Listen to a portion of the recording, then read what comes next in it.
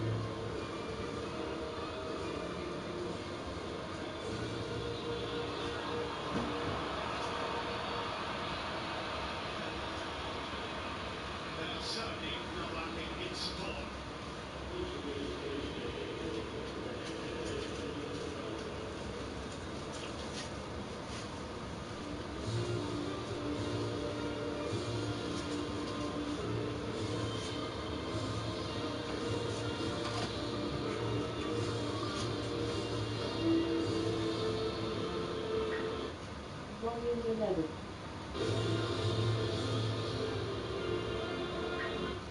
Volume 12.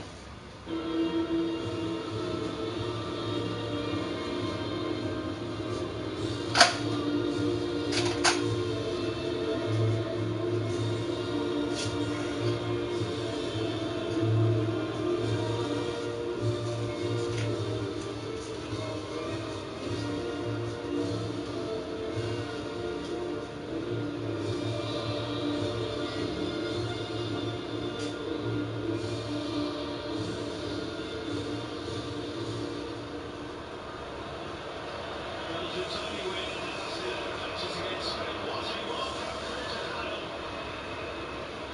Back in 1986, they won a shootout in Mexico.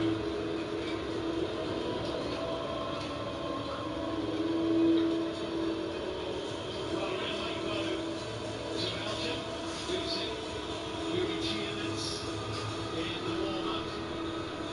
Hans Vanaken of Club Brugge coming in. He started the games against New Zealand and Senegal. And as the smoke clears, it's actually not super warm in LA. Earlier today it was only sort of mid-20s. LA a little cooler than that, but Barcelona.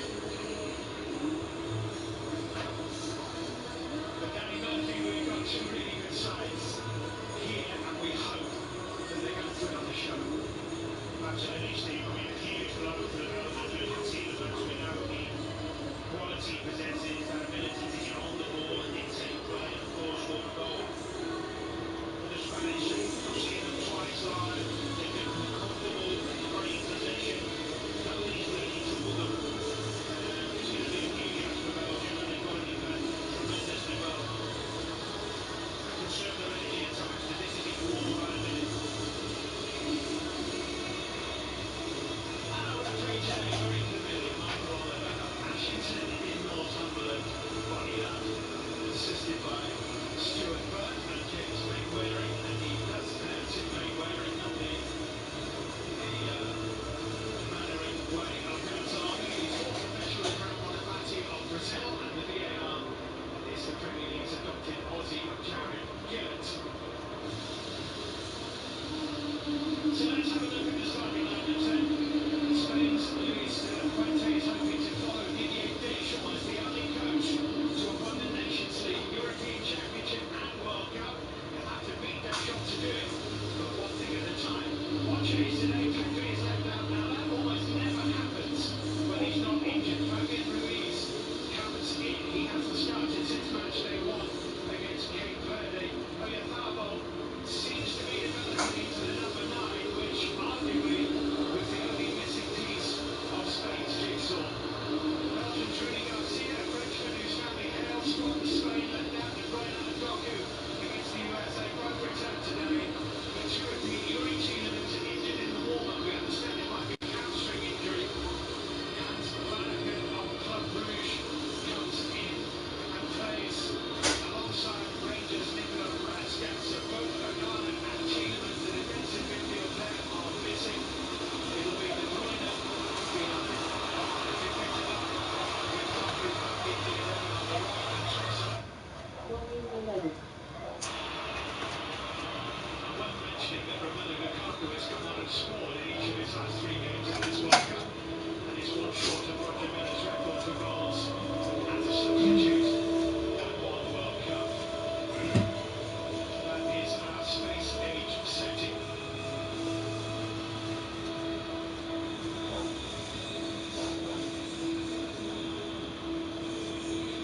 And we are going to have a moment's silence before kick-off. The latest in wildfires in Spain is that at least 12 have died in Andalusia, which will, of course, be desperately upsetting for the Spanish squad, but also Rudy Garcia's Belgian coach. His family hails from Andalusia.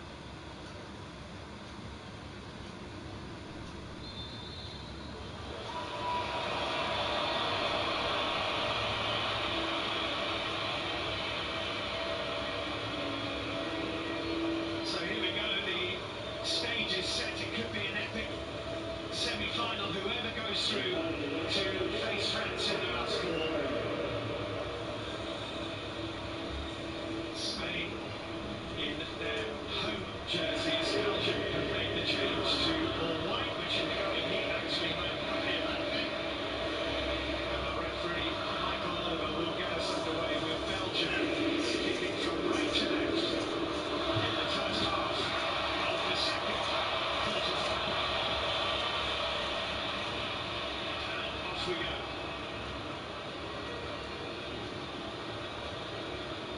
And an early touch for Courtois, who has underlined his status as one of the best, if not the best.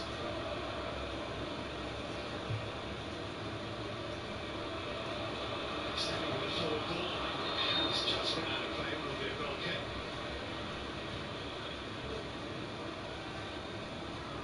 Luis de la Fuente has come through the Spanish Federation with enormous success, very little club management experience, but with Spain's under-19s and under-21s, and of course they are European champions under him.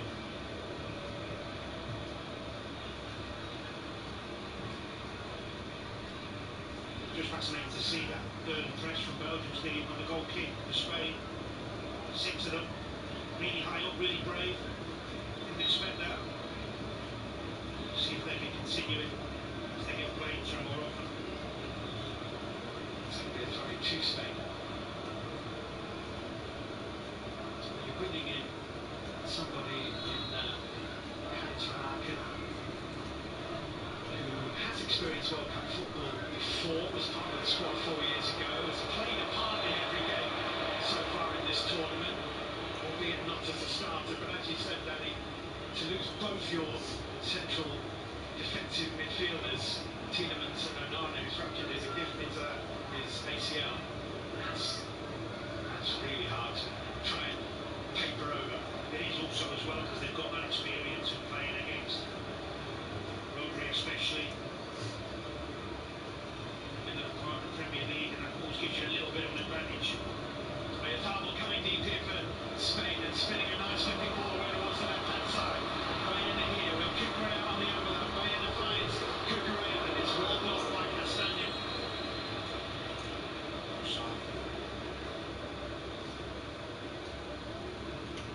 There he is, Yuri Tielemans. Well, if they go through, obviously it will be interesting to see exactly whether Tielemans can return for later in the tournament. But if it is a hamstring, you think it's unlikely. Absolutely. Huge job today for Doku and Trossard, getting back in and helping their fullbacks against the quality of Baena and Yamal. Got to get there, help them, not leave them one-on-one. The Portuguese did it really well the other day, actually, against the Spanish. Felix and Neto, they got back in, they doubled up. This is a goal back to Courtois.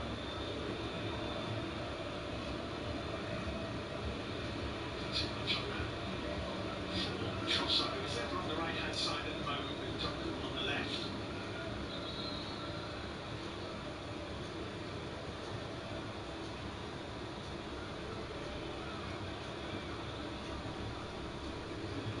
Here's Laporte to Kubasi and Pedro Porro. Oh, a lovely little twist from Dani Olmo. Great vision. And for Fabian Ruiz. Rodri. Cucurella has a little bit of room. Castagne coming over to meet him. Glancing touch almost took it away of Oyarzabal, but Mekele got his head on it.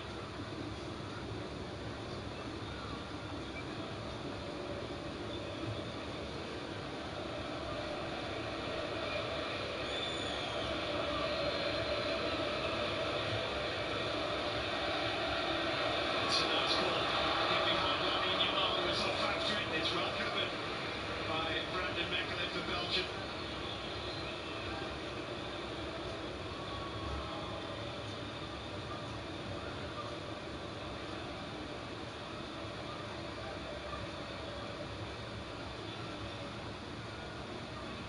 Pedro Porro for Rodri.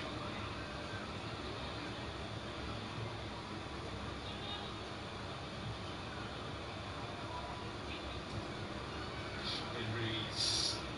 It's always an eyebrow raiser if Pedri's not in the starting 11. Yeah, such a wonderful talent. You got a little knock or well, it is for reasons as yet unknown. Doku, beautifully done.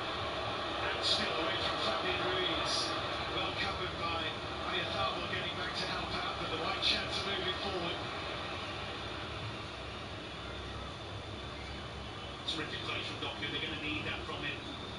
Get them up the pitch. So often when you see Spain play, teams get pinned back, they can't get out, they win it back quickly and they're under pressure again.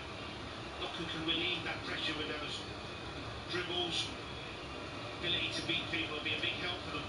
Left out De Bruyne and Doku, of course, against the United States. Effectively, given that they're both back in the starting lineup, Rudy Garcia was presumably backing his side to beat the USA without them, and felt that a rest was more important than another game, and they would progress, and they did progress. Well, he's done pretty well with his substitution so far as well as Theo. They've got 9 goal involvements, which is a record. This is Pedro Porro. Spain have started quite brightly.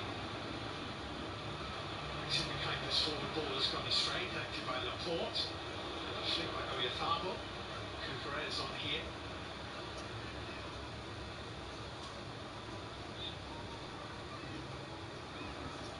And Rodri. Kuiper in very quickly. He's had his hands full, goes without saying.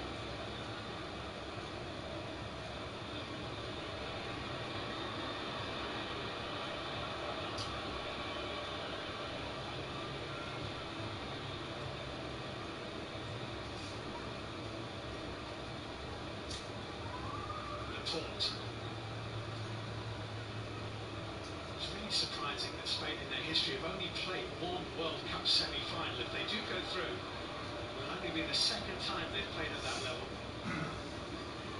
It is an incredible stat. Think of the quality they've had over the years. They did finish in 4th place in the World Cup in 1950, but that was under a different format, a 14 group. There was effectively no semi-final that year. They do look so comfortable with each other, so composed. They all know their jobs, they know what they're doing. Top quality players, very few weaknesses on the pitch. Maybe some pace at the back against Laporte could cause them a problem, but not seen it yet in the tournament. Laporte keeping his eyes on that. Cucurella lets it go, and Unai Simon is there with this wonderful unbeaten record. The only goals he's conceded in his last 13 appearances for Spain were in a 2-2 draw against Turkey, their very last game in qualifying when they'd already gone through.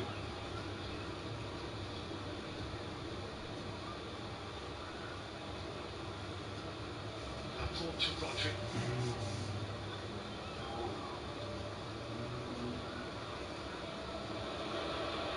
Well covered. Kavasi was there quickly, and a little bit more quickly than De Bruyne.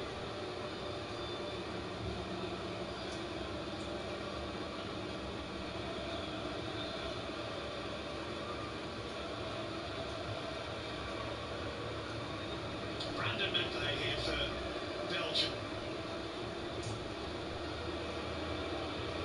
Couldn't quite squeeze it through to Doku.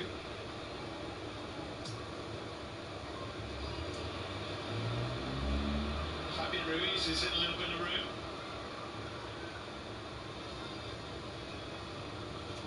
Cucurella. Lamine Yamal is left-hand side here, and he's pulled back. That will be a free kick, and it might be a yellow card as well. Interested to see Yamal drifting over to that left-hand side rather than just keeping his position on the right. You'll see that with Baena as well. He'll drift off that left and pop up in different positions. Michael Owen has kept his card in his pocket for Leandro Trossard.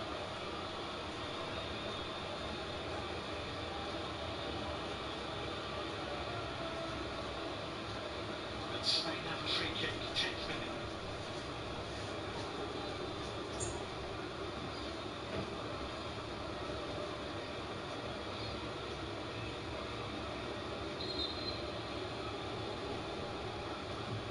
Whipped in low, Cucurella tried to flip it on. Fabian Ruiz, and a really good ball by Uruguay as Rodri hit it. Castagna, intelligently done. De Kuiper trying to turn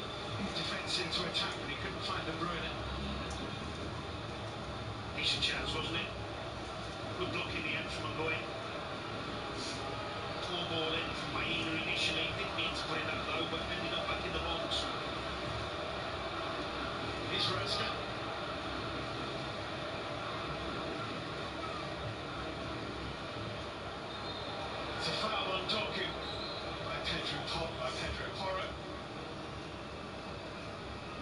I like the Michael Owen kept the yellow card in his pocket there just for one foul earlier on. I do like to see that. Big day for him today, actually. His 7th game of the World Cup. I think he becomes our most decorated rep in that respect. And his 2nd quarter-final. Terrific guy, good referee. Courtois for Goy. It's a good first 10 minutes, that.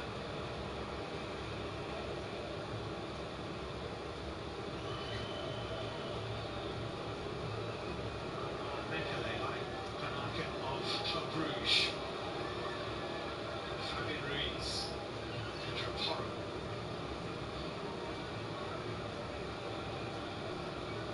Rodri.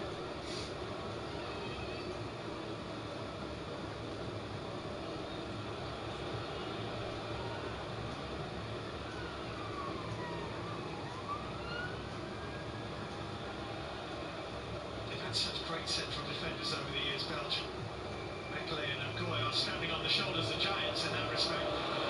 It's well played. They've got a tough job this afternoon because what you've got with the Spanish front line is players who want the ball to beat, but they're all prepared to run in behind as well if they're given too much space. Got great decision making in their movements, when to go behind, run without the ball. Kavasi saw but ignored the run from Dani Olmo. He's particularly good at that. Very bright footballer, Olmo.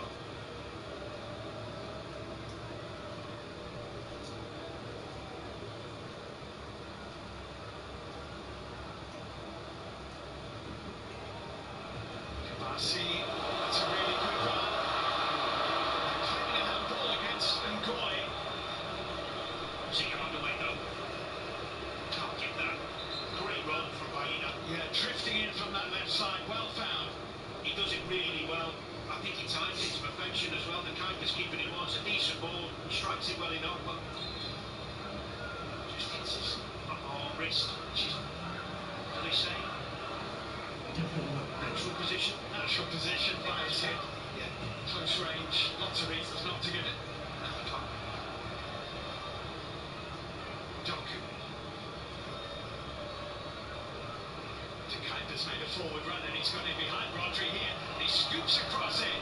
Unai Simon was there, but that's a really good bit of play by the left back. Well, Yamar didn't go with him, of course, and then Porro finds himself with a problem, and Rodri comes across and helps him out superbly well. Just got enough on it. Rudy Garcia, very much a Frenchman, but very much from a Spanish family, as the name would suggest. His grandparents fled Andalusia during the Spanish Civil War. Could be facing the country of his birth in a semi-final.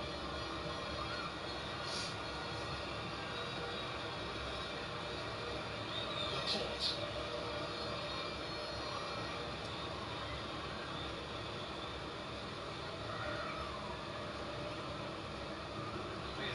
Always happy to come deep. Kukureya's ball in, cut out by Van Aken, given away. Rodri.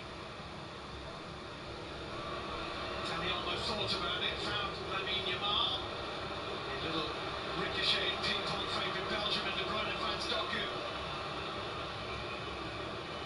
Long leg stretched out by Kavasi. Doku gets away from that, gets away from Pedro Porro. Sends it away towards the right-hand side to Ketelara. Here Kukureya. Castagna. Good bit of play. It's not good again though, isn't it? He's not comfortable with it, Porro. One-on-one, he's going to have to get some help. It's a great run. Fernando Hierro there, watching on one of the Spanish greats. Mekele. De Kuiper, Doku. Lamine Yamal dispossesses him.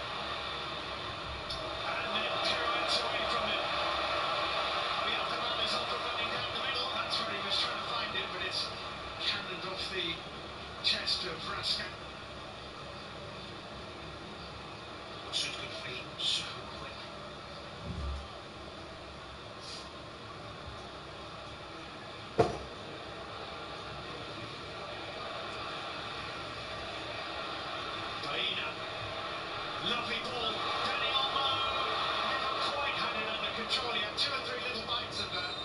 wouldn't sit down for him.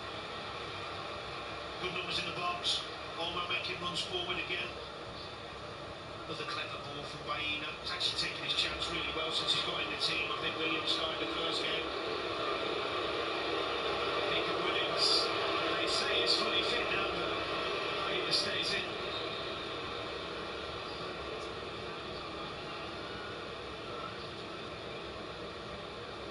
And Courtois clatters away downfield. Lara jumped in with Laporte, neither touched it.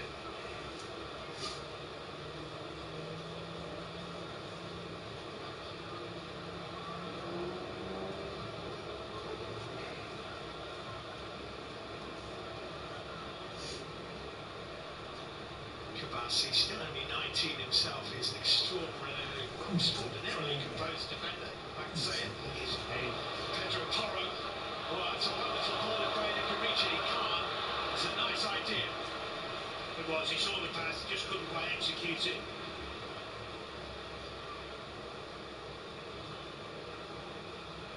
They've done okay, Belgium. Will be reasonably pleased with this first 17 minutes. The problem is, of course, is that probing from Spain, the constant movement of you, keeping the ball. You've got to stay concentrated the whole time. It's hard work. Brascan forward, but more in hope of finding a white shirt. Here's Rodri. It's a lovely turn by Lamine Yamal. De Kuyper was beaten by that, but Doku was just behind him.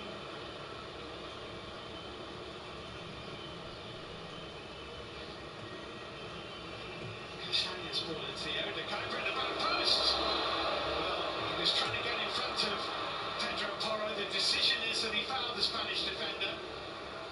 But good to see him get there. Absolutely. Great run. This was the foul Yamal wanted just a minute before. It was never a foul. It was a good decision. And the left back really trying to get across Porro and attack that cross from De Bruyne. Good play from Doku again involved.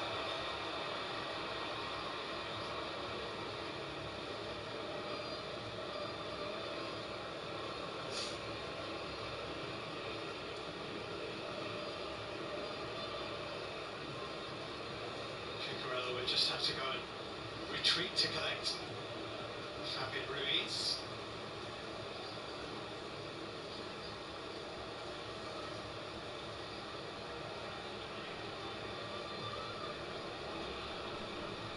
That's straight through to Courtois. Very settled side. He hasn't played around with it too much.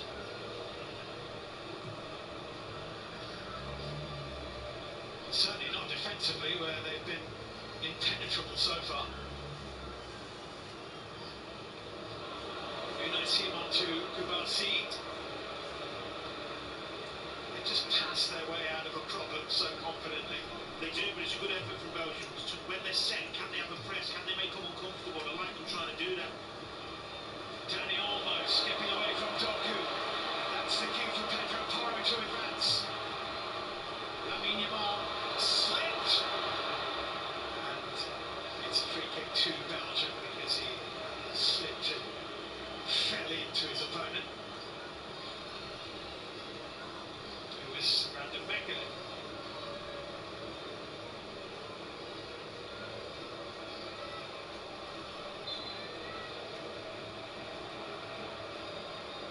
He got that right again.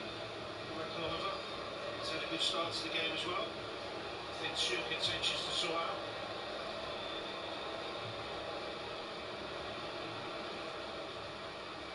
Expectations for Belgium at this tournament lower than they've been for a long time. They were top of FIFA rankings for 4 years consecutively, Belgium.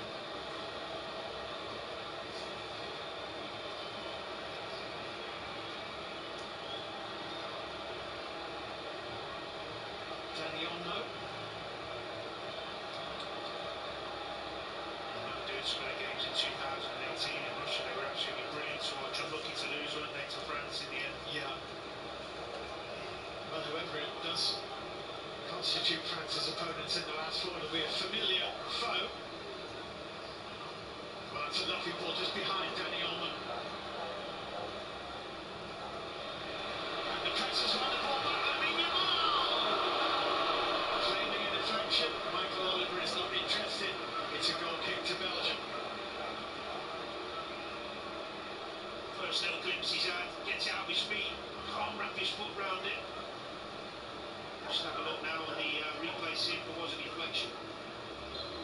bits off from there, but he seemed adamant.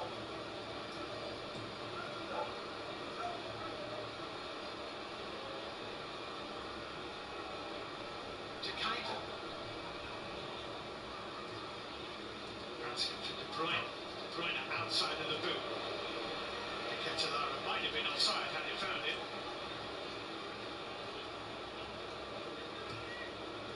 Doku. That's a simple ball that went astray. He's had a good start though. He really has. It's caused Spain a couple of problems.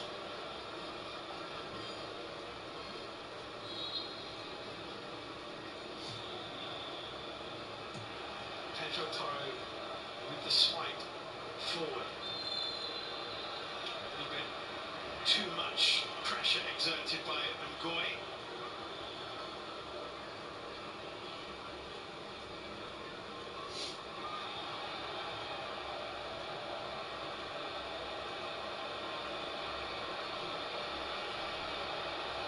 Bassi for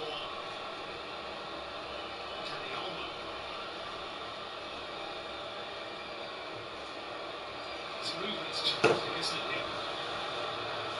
Lamine Yamal has got to that. Did De Kuyper block him off? Spain would probably say yes. Michael Oliver didn't. No, I don't think it was. I think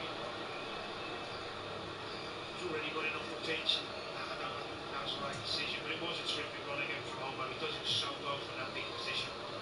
Brascan Castagna up after it, can't quite accelerate quickly enough to get there. And Michael Oliver decides that it's time for a hydration break. It's a pretty entertaining 22 minutes then. It was intriguing, wasn't it? That's for sure. I think Belgium at times trying to press high when they're set and they've got themselves stable. That's good. Try and put Spain under a bit of pressure. Don't let them have it all their own way. They've got some good positions because of Doku and his dribbling ability. Yeah, I think Belgium will be reasonably pleased with that first quarter. So next World Cup football on the BBC is of course Norway against England. 5 Live and BBC Sounds. Coverage will begin at 8:30 tomorrow. Kickoff is at 10 p.m. The reaction show to Norway, England. Wayne Rooney, Micah Richards, Alan Shearer and Ellen White for live reaction straight after that game whenever it finishes on the iPlayer. You can catch up with all the action at any time right there on the BBC iPlayer, where there's loads of great World Cup content, of course, and the QR code. If you want to get involved, scan that and head to the BBC Live page in the BBC Sport app for polls and updates and reaction throughout the match. That's an extremely Belgian bit of headgear. Danny, it's obviously a game in which Spain are favourites, but Belgium haven't been too cautious in that first 22 minutes. They've used Doku, of course, to get to Lara Trossard, and they have tried to probe and attack when they can. They have, absolutely. Look, you can't be too cavalier against this Spanish side. If you go after them all over the pitch, you're going to lose. They're technically brilliant and they keep the ball better than anyone. They've got super pace high up the pitch, so you have to balance it out. When can we have a go? When can we go and try and win it back? The shape's been good, Belgium. Doku's been the main threat, of course, from a forward-thinking point of view. But Spain are patient. They grow into games. I've seen it in the Austria game and the Portugal game, and they keep going, they keep probing, and they grind you down. They wear you down, minute by minute. There's a quote from the Belgian coach Rudy Garcia pre-tournament, and he said he'd rather win 4-3 than draw 0-0. Obviously he would, but I think I know what he means. Yeah. The question is, would you rather lose 4-3 than draw 0-0? But his approach, if he can, is to try to be positive. Yeah, you can see that. But he's not, we talked earlier, didn't we? So he's not afraid to make changes as and when he sees fit. He's got his team back into games doing that. He's unlucky, really, because it's not only Tielemans getting injured in the warm-up, Onana getting injured in the game against the United States, but Zino Navas, their talented defender who plays with Sporting, he has been out for the entire tournament.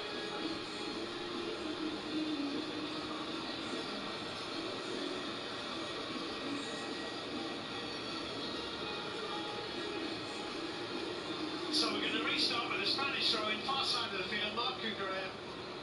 to take for Spain at 0-0.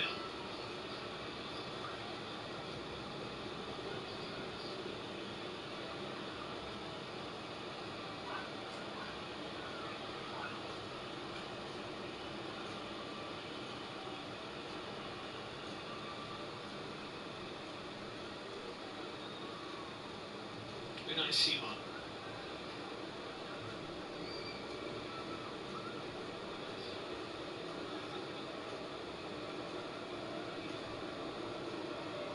Third World Cup meeting between the two. We talked about the Mexico quarter-final, which Belgium won on penalties. In Italia 90, there was a group game between the pair in Verona, won by Spain. First ever meeting was in Antwerp at the Olympic Games of 1920. Belgium 3-1 winners. Long look from Pedro Porro.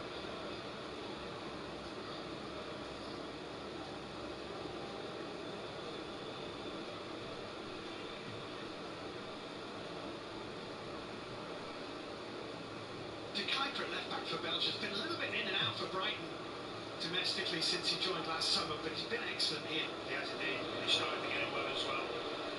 De Bruyne helping Doku get onto this. It's an important touch from Pedro Porro's left boot. Here's Yamal. He's given it away. De Ketelaere can't quite find De Bruyne. Kabasi for Rodri.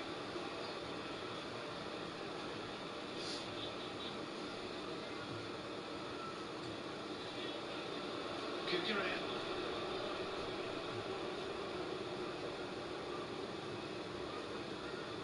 He missed the trip there, Kukurea. Baena made a brilliant run in behind. He was in, but he didn't take the risk. Yamal. Outside of the boot, tempting. Baena again with the run toward the near post.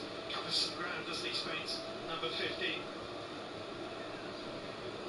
Castagna now under pressure from Baena. Forward ball, Kabasi is there. There was a foul. It's a Belgian free kick right on the halfway line.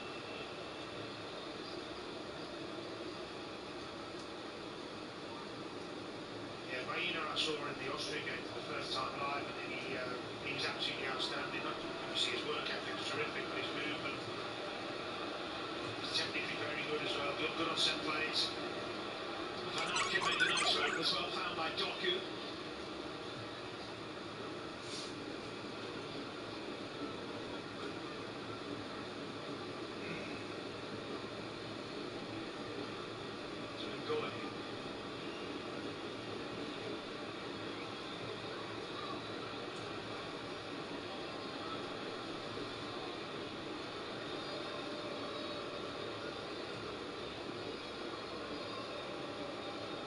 Trossard under a bit of pressure.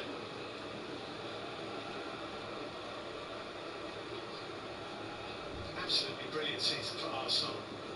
Leandro Trossard. Still those transfer rumours waving about his future. Pedro Porro for Spain. Makes the run, trying to get in behind Doku, and did. Daniel!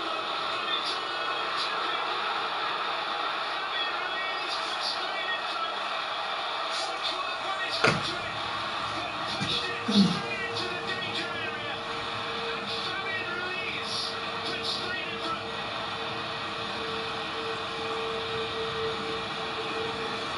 His first ever goal at a World Cup.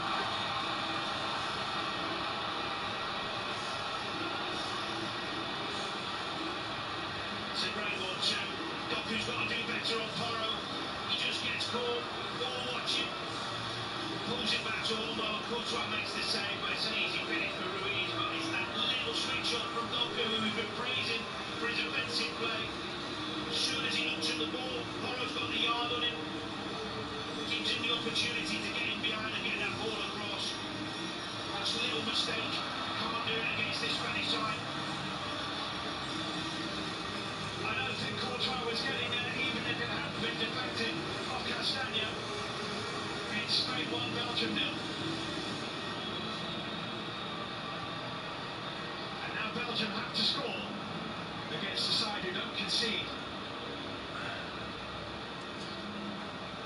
Try out. for the tiny little details when you play a team of such high quality players. Wide man, just switch it up for a second, kills you. Now they can play the game at their own pace even more. Spain, they can make you chase them, come after them, exactly what they want.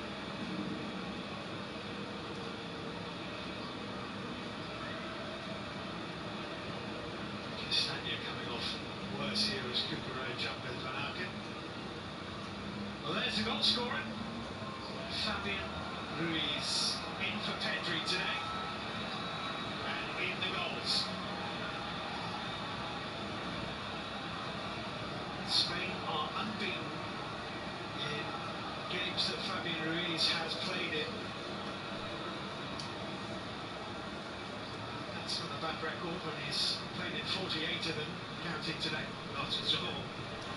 Maybe Noah Fuente's got an inward smile at his decision to bring him in. I mean, he's got an abundance of talent in midfield area, sitting on that bench, really could play any three and still have a world-class midfield. Fabian Ruiz, we know what a wonderful player he is.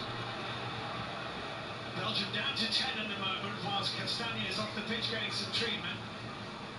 That's ricocheted off Leandro Trossard, and it's a Spanish throw. Noel Gallagher here today. I think I said about standing on the shoulders of giants a little bit earlier, didn't I? The Belgian central defenders. Pedro Porro. Fabian Ruiz. Still off the pitch, Castagna running repairs. He's ready to come back on. The referee will just make him wait before Belgium can get the full complement out there again. Kavasi for Yamal.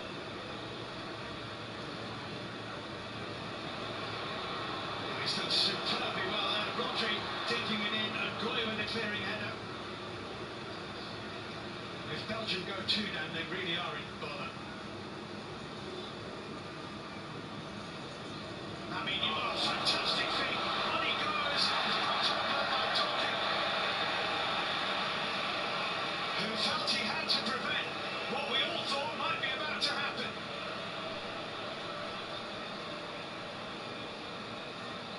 His speed of feet and his skill level takes your breath away sometimes, honestly. So good to watch, so exciting. You're absolutely right, Steve. Second goal could be too big an ask for any team, never mind this Belgian team without its best players. Castagna is back on the pitch. There are 4 in a huddle over this Spanish free kick.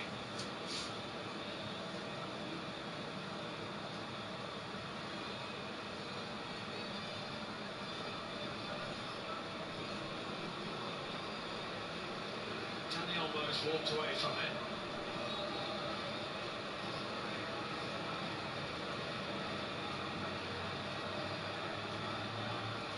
Big moment this could be. 10 minutes to play in the half. Lamine Yamal pushed out into a danger area again by Courtois.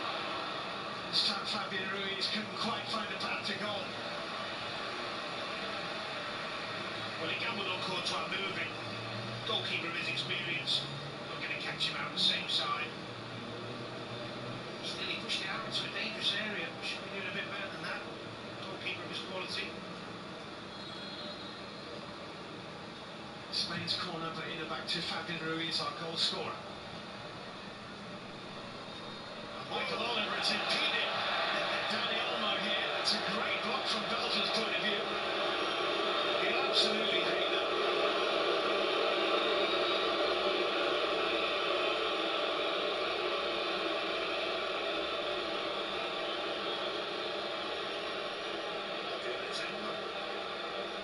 It can happen. It happens in games. It's unfortunate, but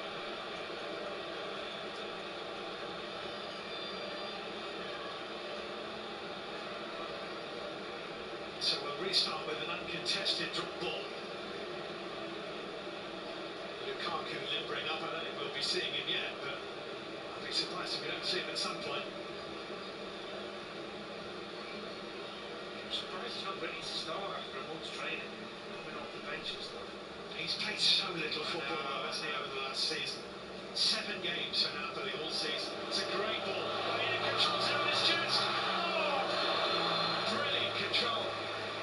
Handball in the end, which might have helped him control it. I thought it was his chest, in which case 10 out of 10. But that's deemed to be the arm. The thing to admire is the movement again. They're so good with their off-the-ball movement. All of the front four really well almost with the front three. They can all do it. They're all equally comfortable coming to feet. It's a nightmare to play against. Brad Pitt is here today. Well, we are in LA after all.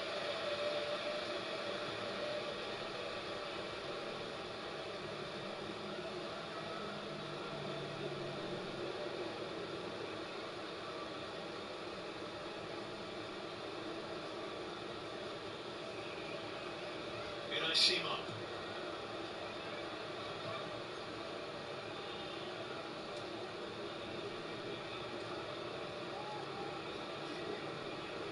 To Kuiper.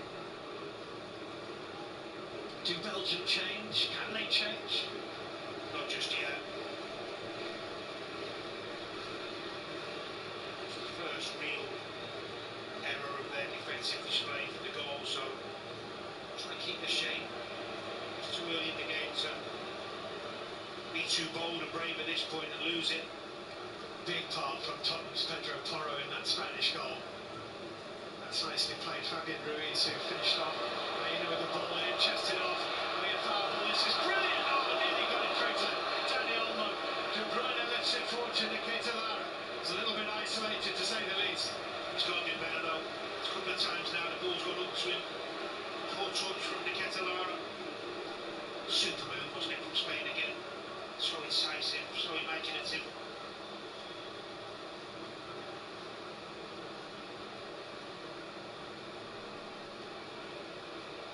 Baena again. It's absolutely everywhere. And Goy cut it out. Trossard have been very quiet so far. Castagna. Keita Lara getting in front of Laporte. And he's won a throw in, he's done better there. Yeah, he did.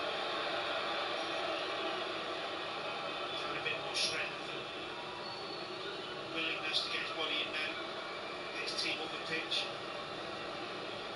Got a couple of the four against the United States.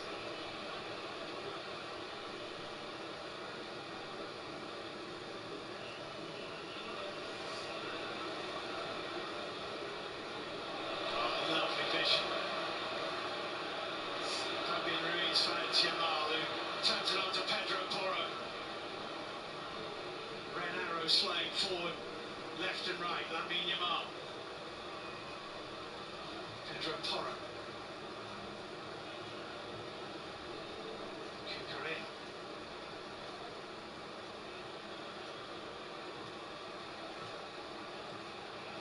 Yamal. Shot is on. The shot's on the side netting.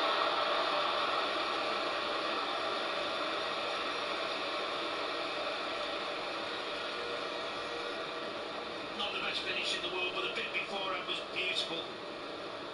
Great awareness of where the defenders are, his feet, the speed of the touch, the speed of his feet. So difficult to defend against.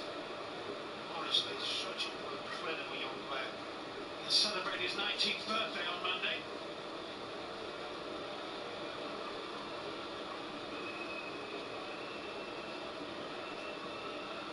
Doku took it away from Pedro Porro.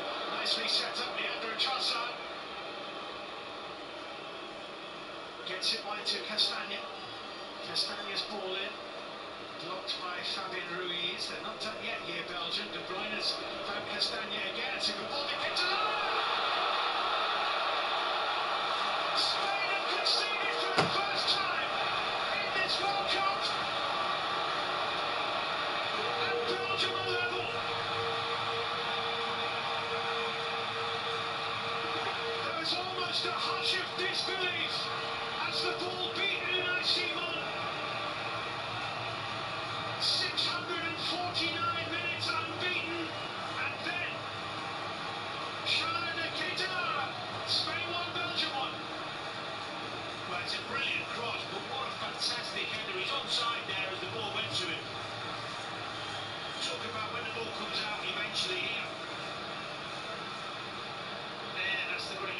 from De Bruyne. He's onside. Good ball in, and look at him. We're talking about him struggling with the hold-up play a little bit, but he's determined to make that. It's a brilliant header to get there across Kovacic. Brilliant response. Fabulous goal. It's one each. The first time Spain are breached at the back.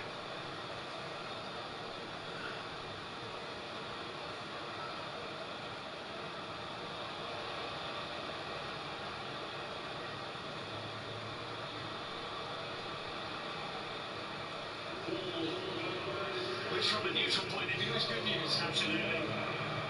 Duffy was involved again in the early build-up to that goal, making up a little bit for his mistake there, letting Porro in for the French goal. It just shows you get good quality into the box.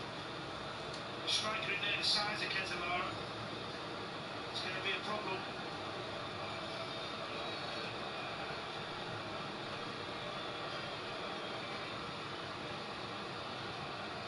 Thibaut Courtois, Brandon McAllen. There's always been a sense of the unfulfilled about Belgium over the last decade or so. Unexpectedly is this to be their tournament. That's a foul.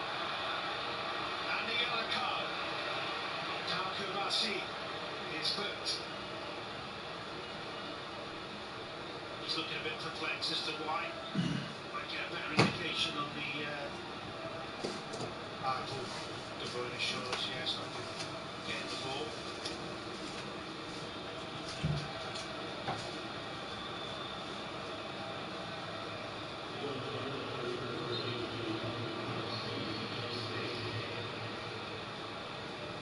Maxime de Kuiper here for Belgium. Fabulous left foot on that goal. Castagna. Ketelara heading wide. Castagna. Ngoy.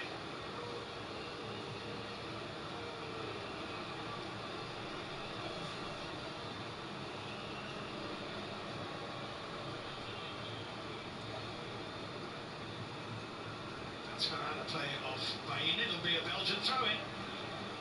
It's the timing of it's fantastic for them as well. A couple of minutes to go for half-time, but a huge lift rather than going in with your head a bit dropped, thinking tough second half to come. That's a mistake by Van Aken. Well recovered by Castagna's lunging, sliding challenge. Spain will have a free kick, but it could have been worse that for Belgium.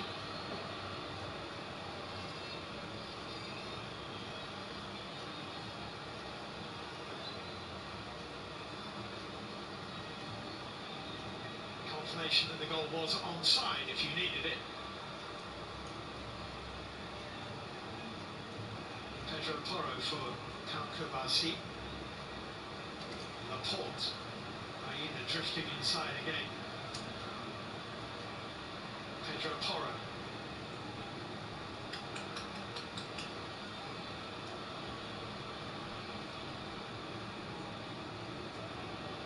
Aina, Pedro Porro. Well, off target this time, but he did get his first international goal against Austria early in this tournament. And they're talking about new territory in this World Cup, that Spanish coaching staff, for the first time someone has scored against them. Great cross. Pace, good area. Striker's dream. He did really well to get across his man and get that touch. It's a brilliant goal. Minimum of 5 added minutes. He's got 3 goals at this World Cup. He only got 5 last season for Atalanta in Serie A.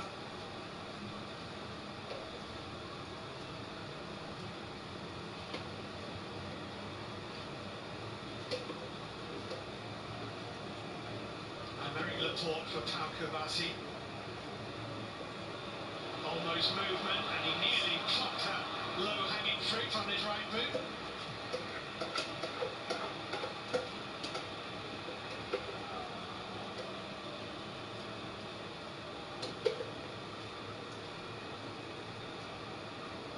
Spain have a corner. Around about 4 10 minutes still to play in this engrossing first half.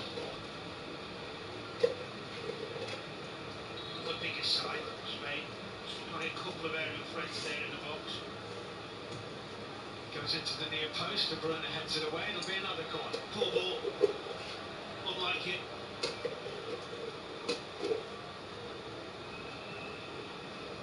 Take two. Dropping to Rodri. It's Fabian Ruiz. Oof. That took the wind out of Castagna, but there's a break on here to Catalara. Couldn't quite get Doku away. And sadly, Dani Olmo, having cut that ball out, gets Spain moving.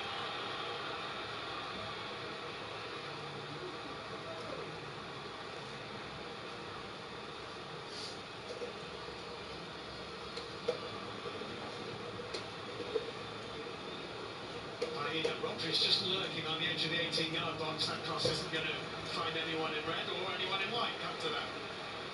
Well, Belgium have just missed a wonderful opportunity to get Doku in a one-on-one with the goalkeeper. Just seeing the replay of the corner we've just had. Some suspicion of a handball, maybe. Didn't look like anything to me. But just before that, Catalara, he just got to take his time with his pass, be more composed, and Doku is in on the breakaway, 1v1. What an opportunity missed that was from them.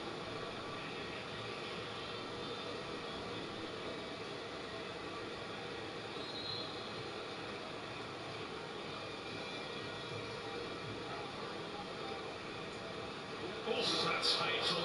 Oyafabo and Olmo.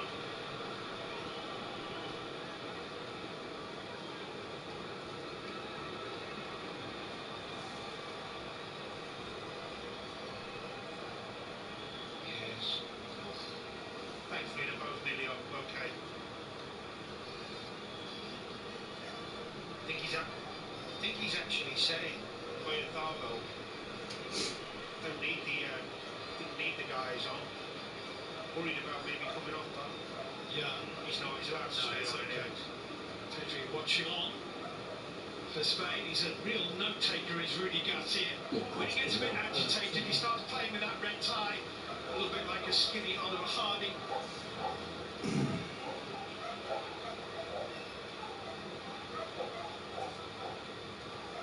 Here's Mekele back to Courtois.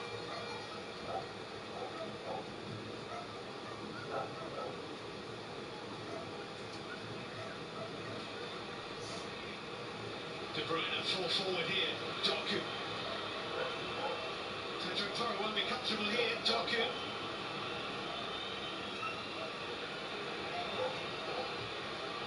It's a cross which fakes the way behind the goal in the end.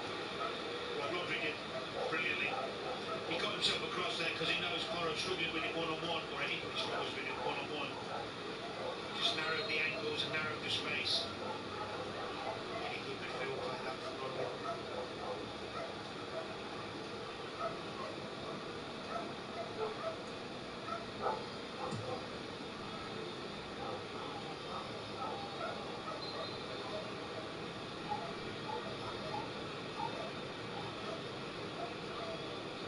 Foul on Nicola Raskin. Belgian free kick. Goodness me, that was a little foul. Was. Right.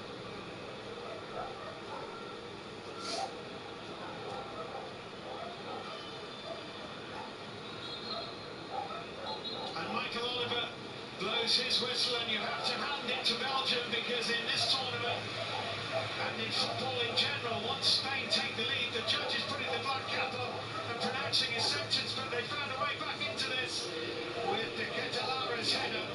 And at half-time in Los Angeles, it's all square. Spain won, Belgium won.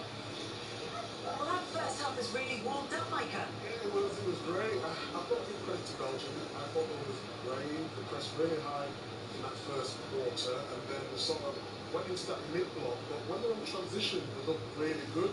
I've been a little bit disappointed with Spain. I think they've played through that press well at times. But when they get into the final third, I just think they're missing that killer pass at times. There's so many times where the game's opened up and you expect them just to play the pass with pace. They've just not been doing it. of course, they got the goal, but I just want a little bit more. When I said before, they've been very good, but not scintillating. That's exactly what I meant by this performance. And then the sort of implication of that was that there is another gear for Spain to go into. Now would be a really good time for them to find it. Yeah, I think it's time for it. I think once they got ahead, we felt that Spain could score the second before halftime, but I think Belgium scored a very nice one. Yeah, but the Spain goal, first of all, let's take a look at that one, because although it was scored by Fabian Ruiz, it's not really where your eye was drawn, Wayne. No, and there's a few questions about the defending as well, but I really like this from the relationship between Polo and Yamal. And Yamal's movement here is very, very good, very clever. And you see here, he goes running behind, then that little change of direction, it doesn't come to him. And again, there's a little change of direction here, gets him that little yard of space, and a really good pass through to Polo, Olmo in a really good position where you'd expect him. And Ruiz following him for the tackle. I want to talk about from a defensive point of view. Once you get into this shape, you're in a very good shape there, Belgium. You see the Kuiper, and you see Ruiz with Benaken there, who scores the goal. But I don't understand why he needs to go now. Obviously, Doku, he's got to switch off. He's a winger. If he stays in line, then you can double up. He's already got Raskin coming over. And then look at the distance between Benaken and Ruiz who scored the goal. So, although they pressed well at times, it's just the little details where you know that the whole question was, can Doku defend? And he does do his defensive work, but it's the little moments where you're up against clever players that you will get hurt. So he's willing, but just not 100% able to do the defending. Exactly that. It's about positioning, where you position yourself. So if you're in the defensive area where he is, he's just got to switch on a little bit more. When you further up the field, you can afford to switch on because of where the ball is. But when you're in defensive areas, you just got to open up your body a little bit more, have that communication with the Kuiper, and that goal can definitely be avoided. It's ball watching as well, and I think a lot of what we've seen there was ball watching, and against the top teams when they're clever and they play in between the lines and they move the ball quick. Within a split second, you've lost your man, that's it. You can see the goal. So you just need to make sure you open your body. You get taught as a kid, you're always looking over your shoulder. You have to do that against the top teams. But the problem is, when Belgium have been pressing, they think the job's done. Once you get into some areas, you've still got to concentrate exactly like you said. As a defender there, you'd be saying, in front of you, a bit of communication there. Yeah, what I've seen is that Spain, they were 2 against 3 on the side. That means Jamal with Porro. And then they went 4 against 3 in the box. They were 3 man, 3 on the box, which I think at this level, yeah, they defended the zone, but they were 3 coming in the box for 3. It's crazy from Belgium, I think. Very quickly you could see Spain will away this game. And listen, that might happen, but I think if they keep defending the way they do, they might, get a bit of luck and go and get the next goal. But I think within a split, amount of time, split seconds, this game could be go away from them. Yeah, those seconds and those moments for Belgium might well let Spain in yet. And as you said, Spain might take the game away from Belgium. But as it stands, Belgium are very much in it because they got their equaliser from De Ketelaere. Yeah, we sort of highlighted before the game, and I talked about that movement. And sometimes the movement in there, you don't have to go first post and then second post. It's just about making sure you're onside and then timing your run to perfection, because the back line have to move up and back where the ball is going, and he's just got to anticipate and time his run perfectly. And as people say it's offside, and he asked me what it was. It wasn't offside. He stays in the goal. Yes. He doesn't move from the goal. He has in few seconds. He stays so. This is what I was talking about in the first game with Ronaldo. And listen, Ronaldo was miles offside at times where he won't get back on track. That is so clever when you're starting off offside position. You're behind the defender, doesn't know where you are, and then you get your time right to get back in front of him. It's impossible for the defenders. You know how it is though, and you'll know as a defender, when you've constantly got to look at the ball and then look at the line as well. So as you're going up and then seeing, is he going to cross it, when to drop off, when to push back up. So the line actually wasn't that bad, but the movement from the Catalari was just spot on, wasn't it? As soon as the ball went wide, then he was onside because Cucurella was there. And then you are in the wrong position. But as a forward, obviously you two be defenders. As a forward, we look for that, we wait for that moment. We look, because I know if I'm just behind you and the ball's out wide, you have to look at me and you have to keep looking and scanning. But then if I get my time right, the minute you take your eyes off me, that's my cue to go across it, and that's exactly what he's done. It's great movements and great effort. It was the tightest of offside decisions though, so the timing had to be absolutely spot on.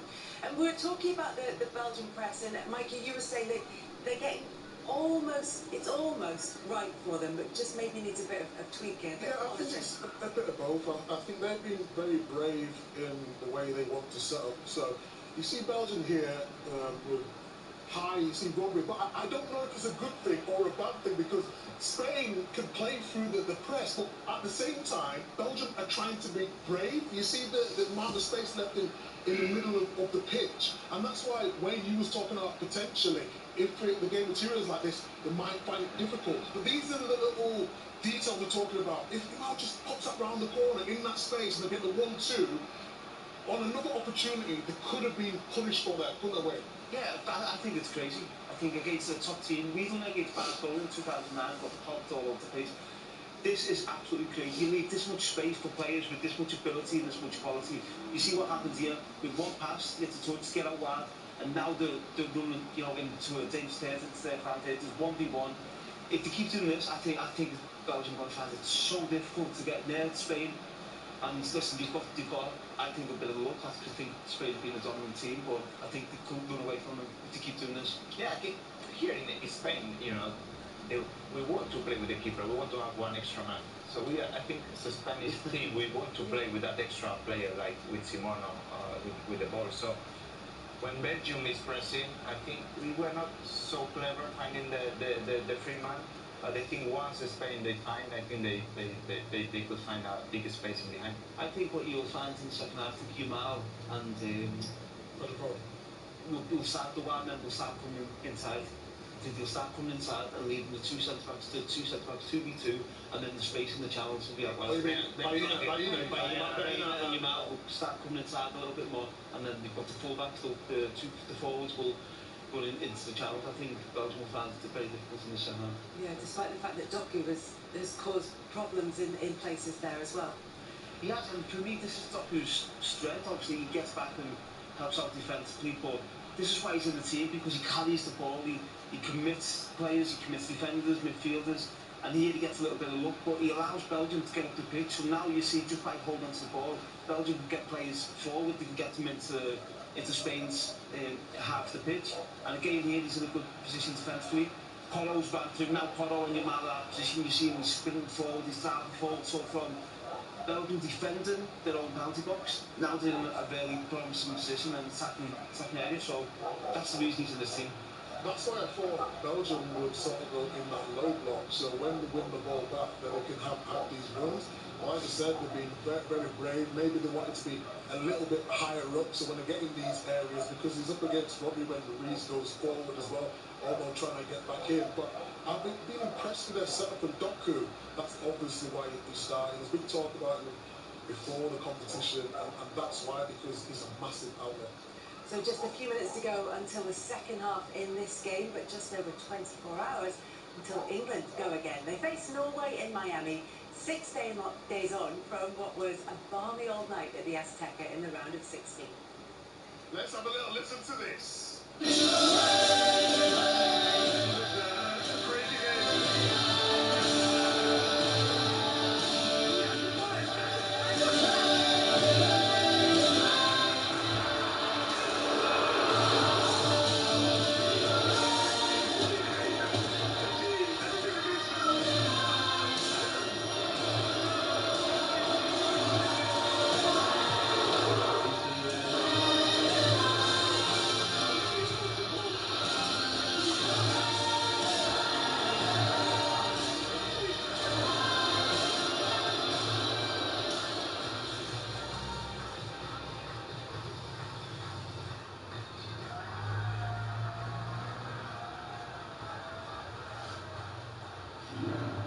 Well, we had fun. Back to business though now. This is the England squad training before they headed to Miami. The trade without Declan Rice, who was ill. Mark Gahey has been assessed for a hamstring injury, and then they flew to Miami this morning, where they are set to train very shortly at the base of Inter Miami. The England boss Thomas Tuchel has been speaking to Kelly Summers.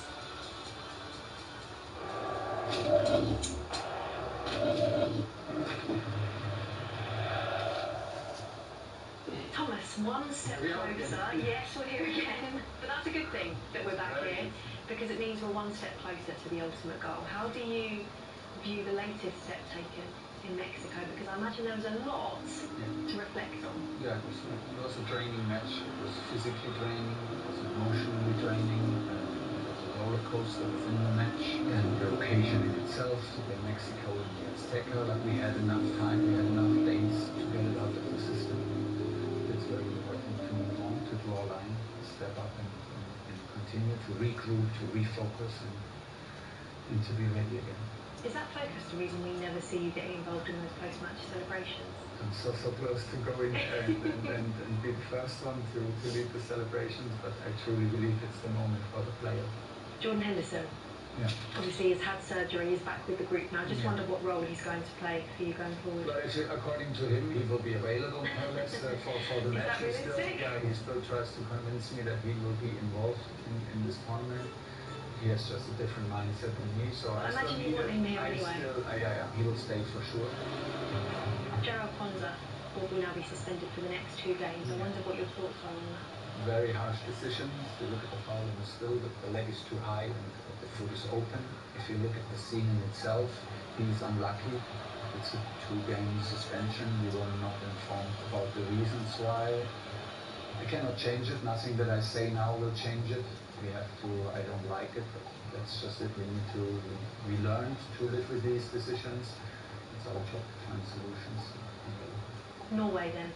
Yeah, very difficult, of course. They play this role without expectations, and they, I think, like internally, they're very well aware how good they are, but from the outside, they play this wonderful role as an underdog.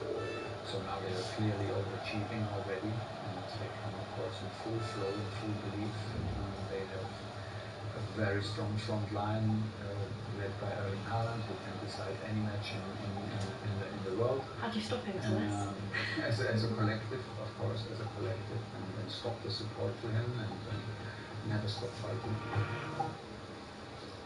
And 5 Live and BBC Sounds coverage of Norway against England begins at 8:30 tomorrow night. Kickoff is at 10 p.m. You can head to the iPlayer for a Norway versus England preview show, and at full time tomorrow, there's a reaction show with Wayne, Micah, Alan Shearer and Ellen White. They cannot wait. You can watch a full rerun of the match as well early on Sunday morning if you can't stay up for it.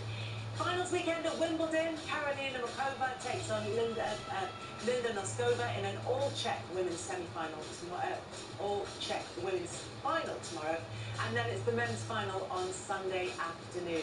Sinner against Zverev, and there's highlights of Saturday's play at the Scottish Open Golf. That is available on the iPlayer. To the Dream Team.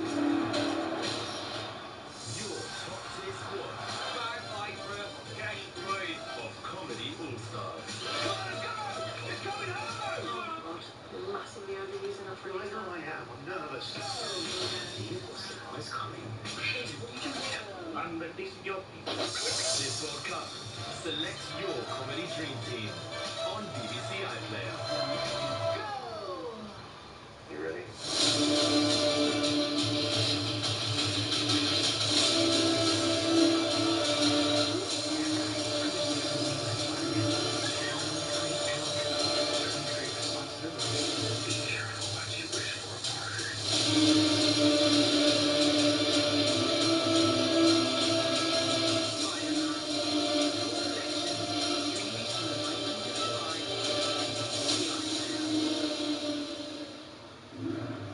Not long now until the second half gets underway between Spain and Belgium with the score at 1-1. Wayne, you've highlighted the fact that this potentially could get away from Belgium if they allow it to. What do they have to do to stay in the game?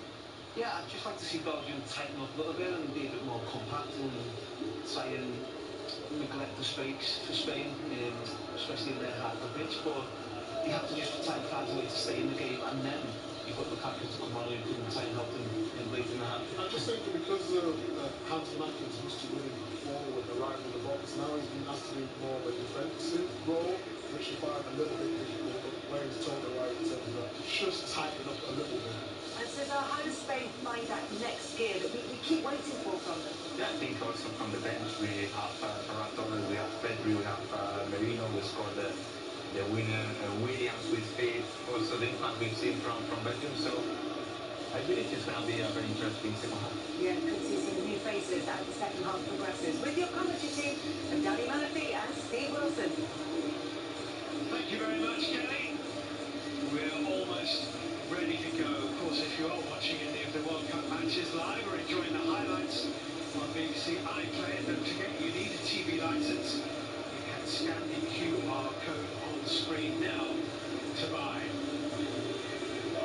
No changes at half-time from either coach.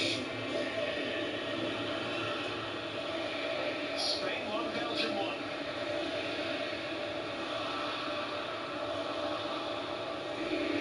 France await in Dallas on July the 14th as Spain get the second half underway.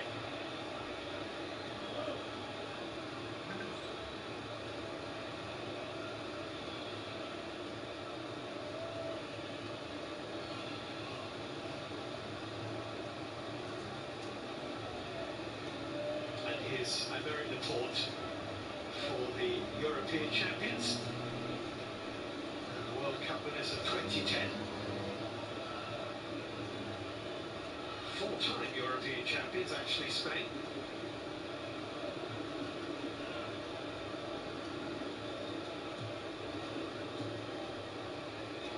Cucurella just kept that in play. And he's onside here, and Trossard, judged to have been knocked over by Marc Cucurella, who is absolutely incensed by that.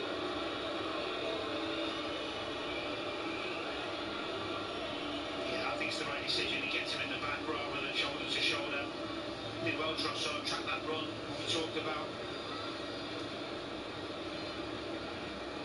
Cucurella has kept that in play, and he's held off Cucurella, De Bruyne, Vanaken and Doku in the middle. And it's got away from the Atalanta man. Did well initially, and then his touch let him down.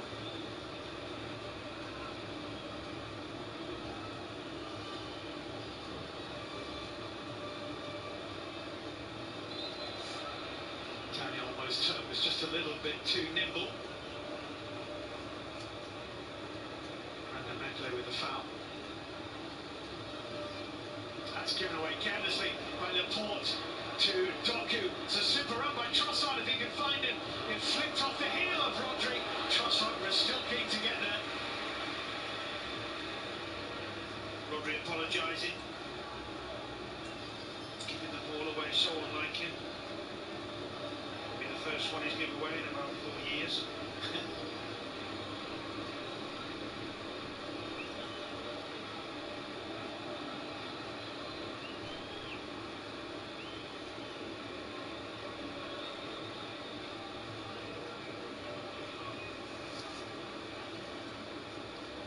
Pedro Torre.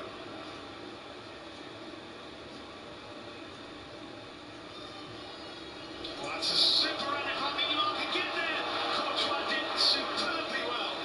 Offside anyway, but the Belgian goalkeeper judged that brilliantly. If he was, it's only fractional. We're not far in line, off in line with that. It's really tight. It's a great pass from Kabasi.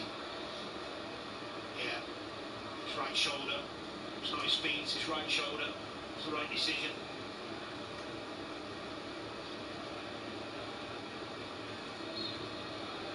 Yeah, it was close, but it was tight but right. Courtois with the clearance away downfield, put out the play by Pau Kubasi, who is on a yellow card. He's the only player out there who is.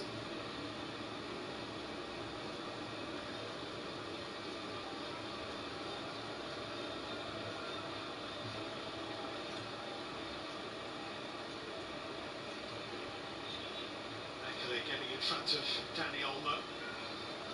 Trossard.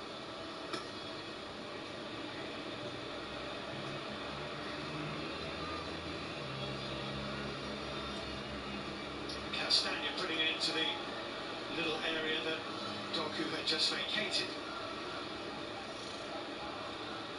De Bruyne got a small touch on that, and then a bigger one on Fabian Ruiz. Interesting that Doku and Trossard have swapped wings. this is the way they've been mostly through the tournament as De Bruyne finds Doku. Good strength by Laporte, but it is a corner. I just think that Doku was causing Toro problems. He prefers coming in off that left-hand side. I know Trossard does as well, but kind of let Toro off the hook there a little bit.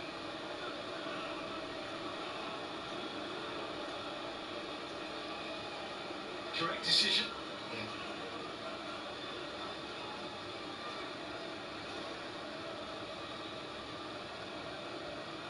All about the delivery of Kevin De Bruyne here. Belgium have 5 or 6 inside the area. De Bruyne spins it in, and there was a push. Pedro Porro headed it out anyway.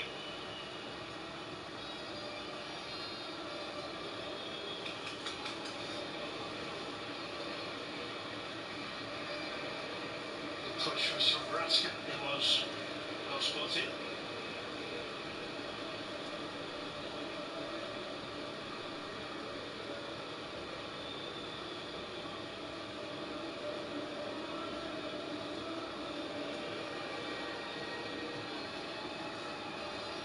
Yamal.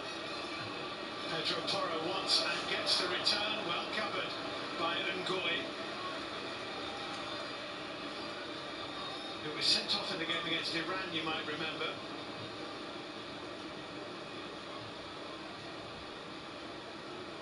Fabian Ruiz for Cucurella. Baena. Fabian Ruiz. Rodri. Pedro Porro. Baena's making a little run. Lamine Yamal cuts inside and cuts inside. Rodri. Cucurella. Belgium hold their shape.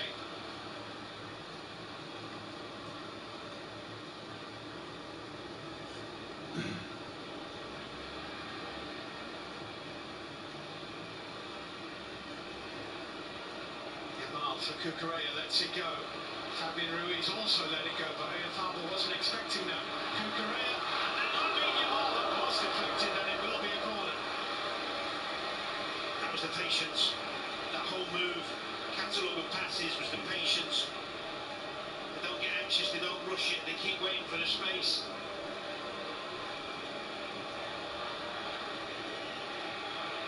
Got his World Cup goal against Saudi Arabia, but that is still his only World Cup goal to date as he dinks this in. Dani Olmo had to just step back half a pace to try and get over it, very difficult. Yeah, I'm expecting better from himself. Half a chance for Olmo. Looks like some early decisions down there on the bench for Spain. Yeah, well, Pedri was obviously left out by choice because he's about to come on, and so is Ferran Torres.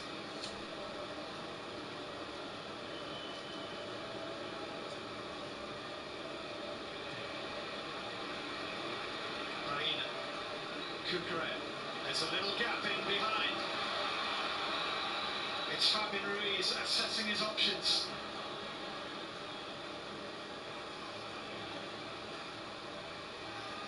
Oh, Cucurella was a lovely idea. Maybe just put a little bit too much pace on it. He did, it wasn't a difficult pass for Cucurella either. Ruiz had got in a good position. Seems strange making substitutions 7 minutes into the second half. Not giving them a bit longer to make an impact on the game, but he's seen enough. Well, we know he's coming on. It'll be Pedri and Ferran Torres. We'll see who's going off. Here's Rodri. Won't be him. Trossard.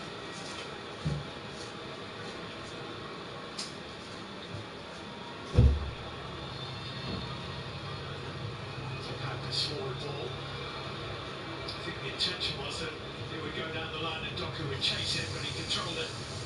Well, Doku's back in his more orthodox position on the left and Trossard back on the right. I think that was a temporary thing, maybe after a set play, so they haven't changed it. Well, they didn't change it deliberately. That makes sense. Castagne. Trossard.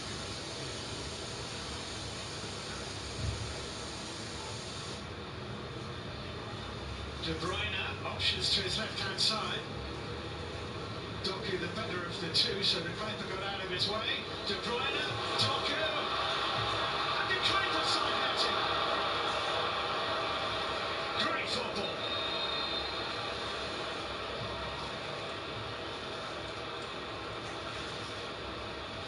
Alex Baena is going to be one of the two coming off. Sorry, Danny.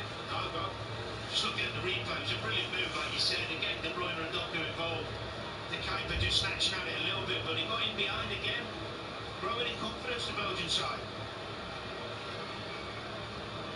So Baena is off, and so too Fabian Ruiz and Pedri and Ferran Torres are the two coming on for Spain.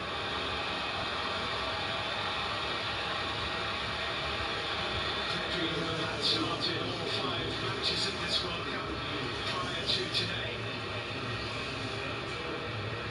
And Ferran Torres, who's played in all 5, but his usual role has been from the bench. Actually made a good impact when he came on in the last game. Here's Pedri, Ngoy with the clearance.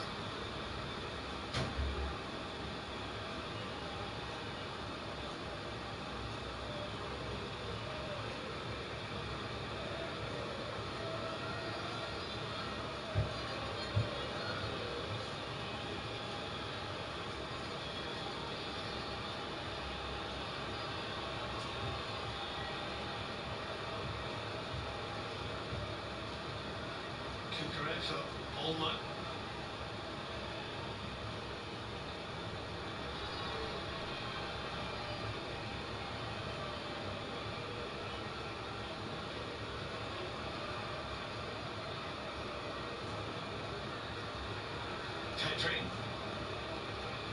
Pedro Porro with the chance to cross, not his highest.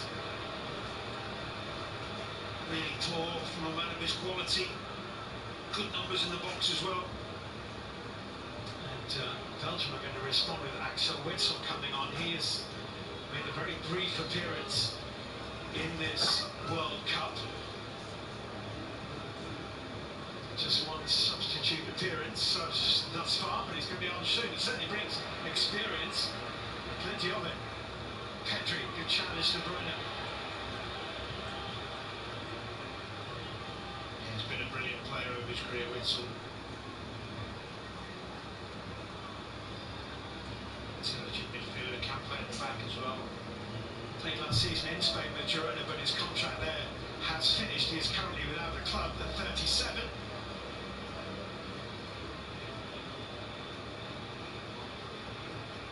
I mean, Yamal, brilliant ball pushed out by Courtois. Trossard made sure it didn't reach Kukureya.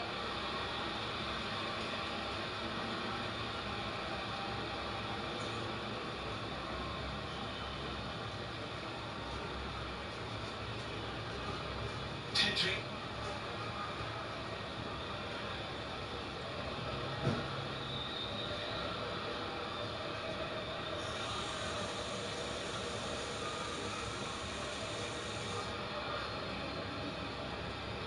Yamal. Pedri. Constantly testing, it never ends. The examination. As Doku tries to run it away for Belgium, and he's knocked over by Yamal. That will be a free kick to Belgium, and maybe an opportunity for them to make what I think is going to be a triple change. Witsel is going to come on. Romelu Lukaku is going to come on. He's come on and scored in their last 3 games against New Zealand, Senegal and the United States. And we're also going to see young left-back Joachim Seys. It's his first appearance of this tournament. The play is underway, and there's substitutions on hold for the Mo. To Ketelara for Doku.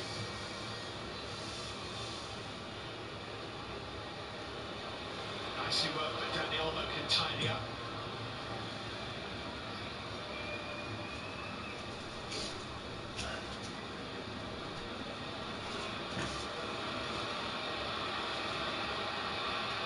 Good run.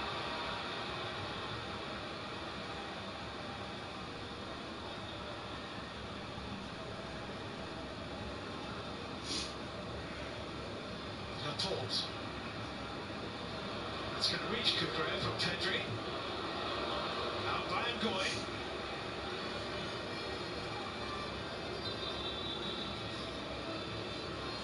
Michael Oliver blows his whistle. Here come the Belgian changes. Leandro Trossard is coming off.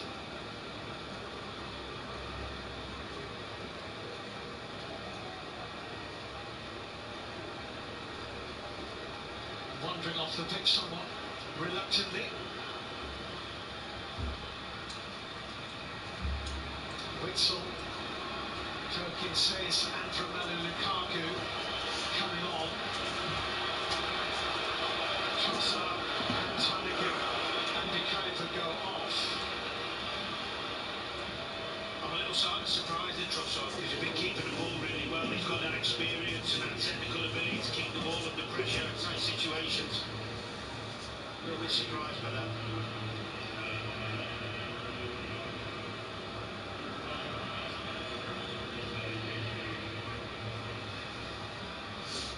First test for the young substitute has just come on. Joaquin Seis. Yamal shot pushed up by Courtois. Some job that asking a young lad to go on a left back and play against Yamal. It sure is. Shows you what the manager thinks of him. Got complete belief. Dani Olmo on the turn. Ferran Torres. Anyway, we're due for Ngoy, but anyway, it turned out to be a good ball for Doku. And that's a great ball. Raska, Lukaku in the middle. Raska's cross, will it fall Lukaku's way? It doesn't. It's half cleared, it's brought down by De Bruyne, and it's saved by Unai Simon. I think they're looking for a handball. I think it's Rodri. Got a big muddle there when the ball come in. Hits his arm as well. Referee down on this near side, Stuart Burt, was impeded by the Belgian substitutes who were warming up along the line there and was in no position to have a look at that at all. He'd been knocked almost to the ground. Here's Lamine Yamal. Joaquin Seis in front of him. Yamal. Oh, good save by Courtois. Oyarzábal looking to add to his 4 goals in this tournament, denied by Thibaut Courtois. I haven't seen much today of Oyarzábal. Terrific shot striker, hasn't really had too many chances, but gets himself in a little position in. Snapshot. Decent save by Courtois.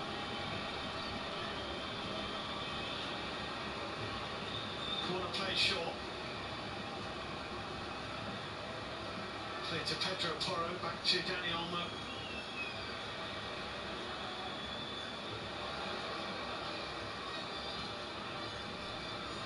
Ferran Torres, and Ngoy managed to stick with it.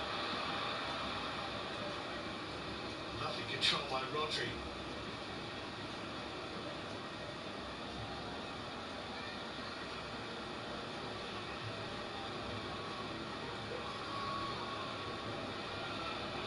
Doku in front of Yamal at the moment. Yamal, Ferran Torres, Lamine Yamal, just taken away by Raska. Lukaku is moving. Raska's forward ball hit Rodri on the back of the head. Here's Dani Olmo. It's a foul. Did really well, Raska, just before that. Back in there, helping his defenders. Yamal seems to be going through the gears a little bit now. This is the foul on Olmo. Good decision. Isn't this bubbling up to be a good game? Yeah.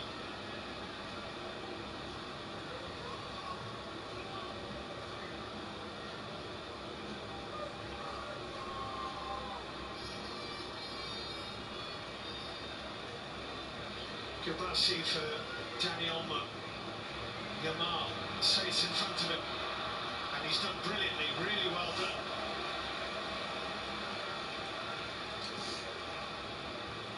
He did. Really good from the young lad. Much more positive from Yamal in the last 5 to 10 minutes. Just the shot a few minutes ago wasn't really troubling Courtois. He's getting on the ball more. Exactly what the Spanish want. Keep giving him the ball and things are going to happen. We know that much. De Bruyne wins the header. Lukaku is certainly a different threat.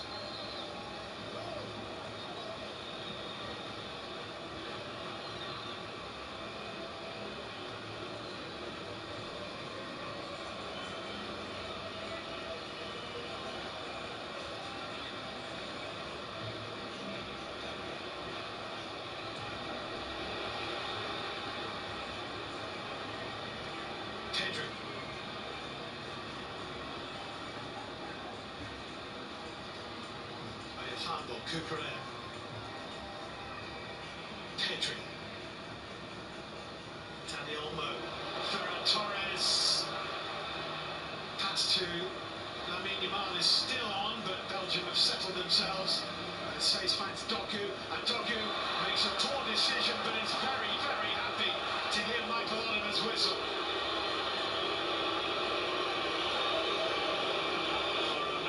The decision, let's have a look. Well, that's why it's not happy. Fell over. Not a foul at all. Just before that, though, I thought Ngoy did brilliantly.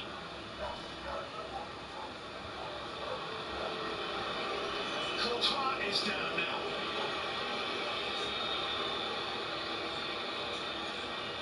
And the fourth official, Ramon Abate from Brazil, is just reminding one or two players that this is not an opportunity for coaching.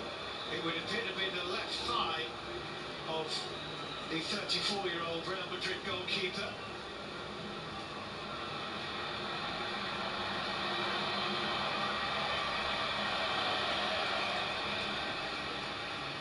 Has he called the drinks break anyway, Michael Oliver, because of it? Well, they're certainly all wandering over here. I think he has, which makes sense.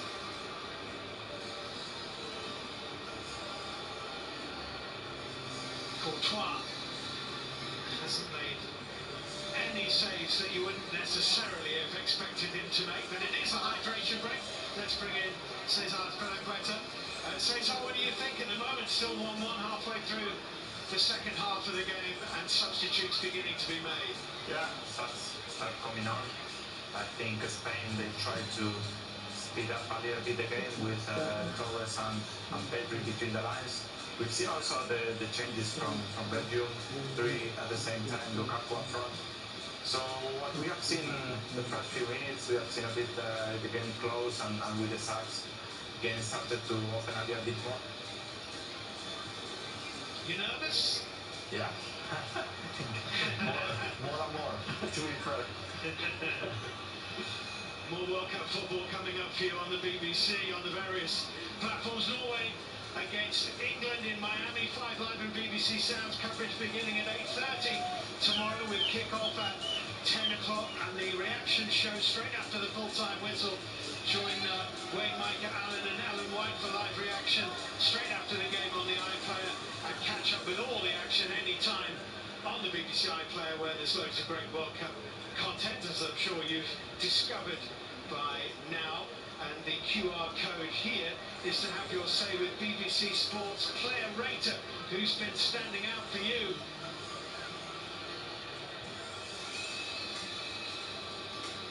Well, it's pretty tense in Los Angeles now.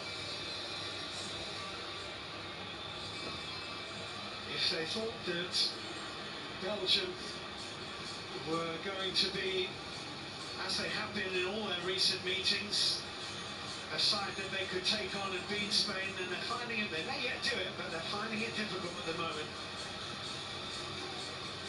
A resolute, well-coached Belgian side may be lacking some of the sparkle, some of the big names of years gone by, but they're not rolling over for anybody. And not, Stephen, to be honest as well, you've got to take into the consideration the missing midfield duo of Banana and Tielemans. We've not talked about it during the game because of how well they've done.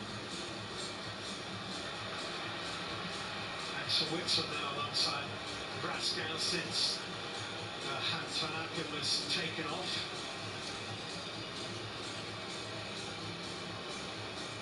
Witsel came on very late in the 4-1 victory over the United States in the round of 16, but otherwise has not been used.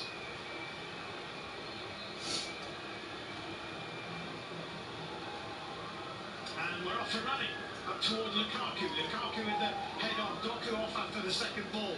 Pedro Porro falls on the ball, and the judgment is that that's because Doku had his hand on his back.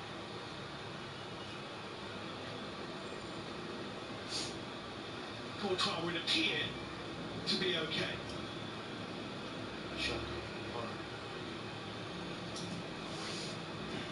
Send the line to Manchester United is his understudy, as well as Mike Penders, third choice goalkeeper, who's never actually made an international appearance for the Belgians. Pedro Porro pinned away in the direction of Cucurella. This is a good ball, that. Pedri, Rodri, Cucurella, and the heading from Ferran Torres is over the bar, but Cucurella had just gone too soon and was offside. Boy, he generated some power on that header. He did, it did look.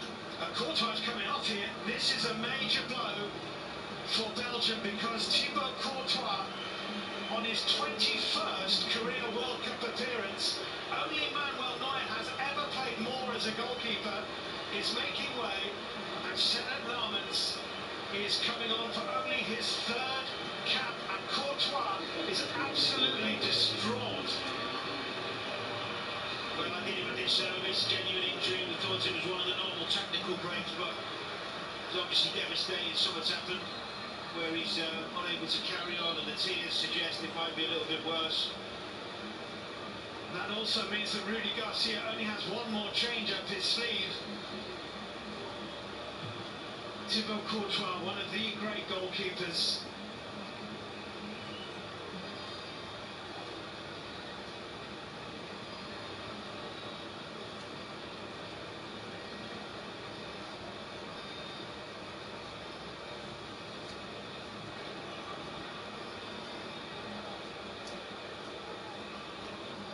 Cucurella with a touch into Pedri. I think everyone's been impressed by Senet Lammens in his debut, not quite a whole season for Manchester United, but comparatively an absolute novice compared to the man he's just replaced. Yeah, he's had a brilliant season at Manchester United. A lot of admiration for the way he's conducted himself, his calmness at such a big club, but he's replacing arguably the best goalkeeper in the world in Courtois. Huge boots to fill, especially in a game of such importance.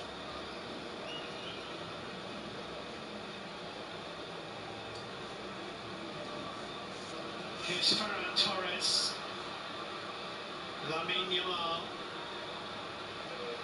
away from Sace, the cross drifting away behind the goal.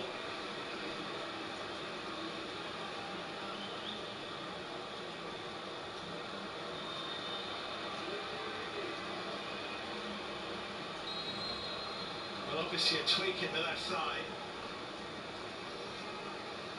This is fourth World Cup, Thibaut Courtois.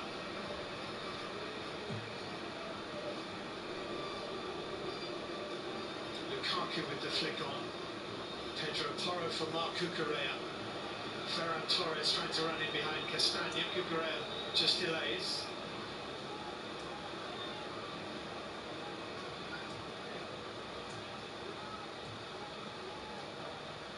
Pedri.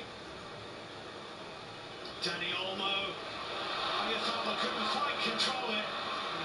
Arguably he should have done. Yeah, I agree. Another nearly moment, wasn't it? Great position taken up by Olmo again. He finds those little pockets so easily.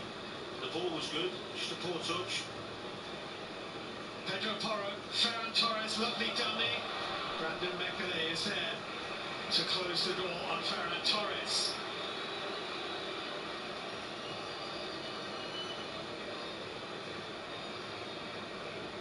Pedri. Dani Olmo. Deflected and cleared away by Raskin. Kubasi. Rodri. Ferran Torres, lovely flick actually, but no red shirt there. Credit for artistic impression. Yeah, he played it blind, didn't know where his striker was. Doing well, Belgium though, staying concentrated. Defending really well.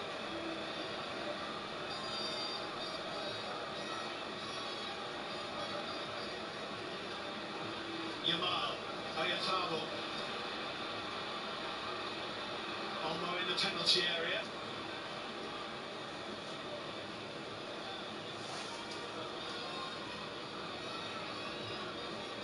Dinked in toward Danny Olmo. Cleared away by Axel Witsel.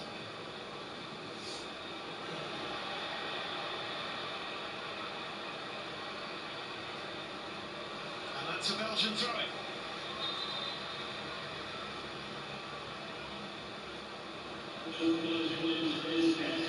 Well, he's a handful, Lukaku. He always has been, he always will be. He is maybe not quite got the mobility he once had, but maybe that's fitness. He's still a handful, knows where the back of the goal is.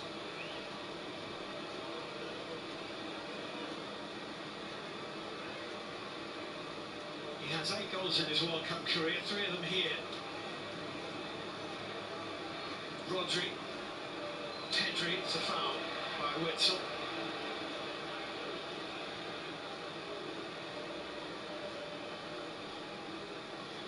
"15 minutes to go."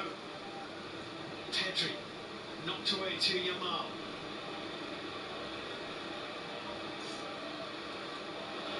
Pedro Porro with the chance to put it in. Raska with the chance to get it out, and here's Doku.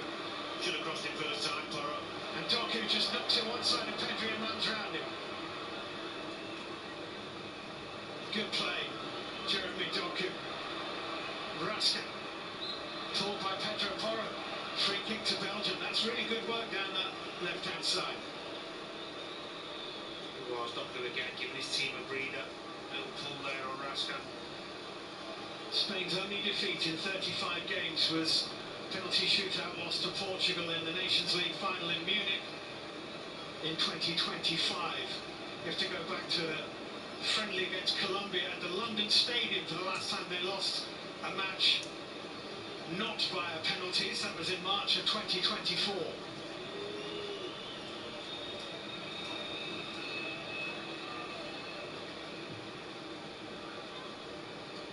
Doku.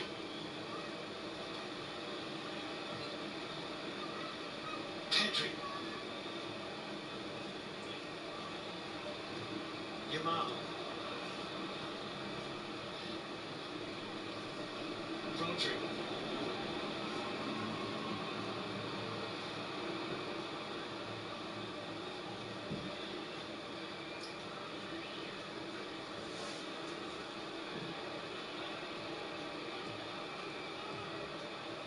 Pedro Porro for Rodri.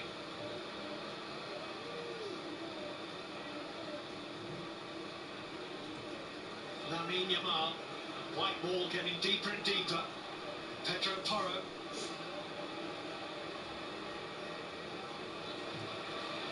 He's done well again, the substitute Joaquin says. Yeah, he's adapted to the speed of things really well. We're talking about how a youngster is doing against Lamine Yamal here, but we shouldn't forget, Lamine Yamal's 18, Joaquin says is 21. It's a great point. It just feels like he's been around for so long and worked his magic for so long. We just expect it all the time. Ferran Torres, Oyazabal, might open up here. Ferran Torres, away by Mboye.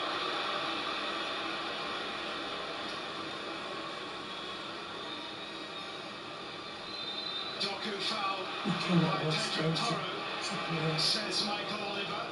And Spain are going to make a change. Mikel Oyazabal is going to be replaced by Nico Williams, who came on in Spain's first 3 games in this tournament, has not appeared in the knockout phase up to this point. Yeah, it makes sense. He's not really been involved with Barbel. I have to say, got to give some credit to Ngoy, Mekele. They've been absolutely outstanding at the back for Belgium, the pair of them. So Nico Williams of Athletic Club is on.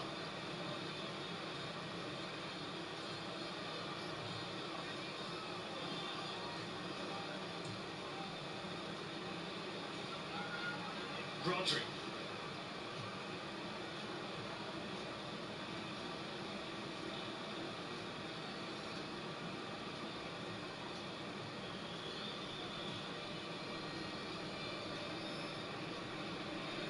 Pedri. For the first time, Nico Williams. too much on that. Sent it too quickly in the wrong direction. I must admit, I'm surprised we haven't seen Marino yet. Brilliant goal against Portugal when he came off, showed the initiative with a quick free kick and then get on the end of it and scored a winner, because he's such a goal threat. Yeah, it can be a 6, an 8, a 9. Yeah. Late, there he is, late winning goal against Portugal in Dallas to get Spain here without the imposition of extra time.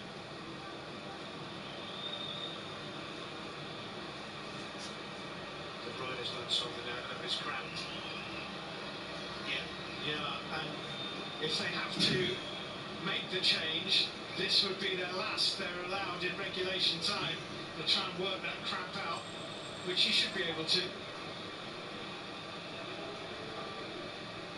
that what you do? I do, Tony. I do. I seem to get it in the middle of the night quite often. Especially after a day in a hot, sweaty stadium. Yeah, it depends. Sometimes you can work it off, get some gel into you, some Lucozade, whatever it is, and stretch your calves off. Other times you just can't get it back. See how it goes for the next few minutes. He can do with his experience on the pitch. Rodri. Cucurella kept that in play, did really well to do so. Witsel very tight on Nico Williams, but they've worked this Spain in tight corners. They found Rodri. Rodri looking for Lamine Yamal. Stretching Belgium here off the heel of Saints. Witsel admirably calm. De Bruyne likewise. Doku can find Raska. Kabasi arrived first. Did a few poor crosses from Yamal, made the wrong choice a couple of times, probably tired legs for the young man. Done some brilliant things in the game.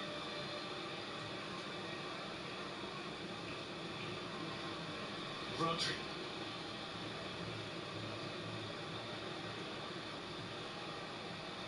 Pedri. Nico Williams trying to get around the back. Cucurella actually sort of impeded him inadvertently.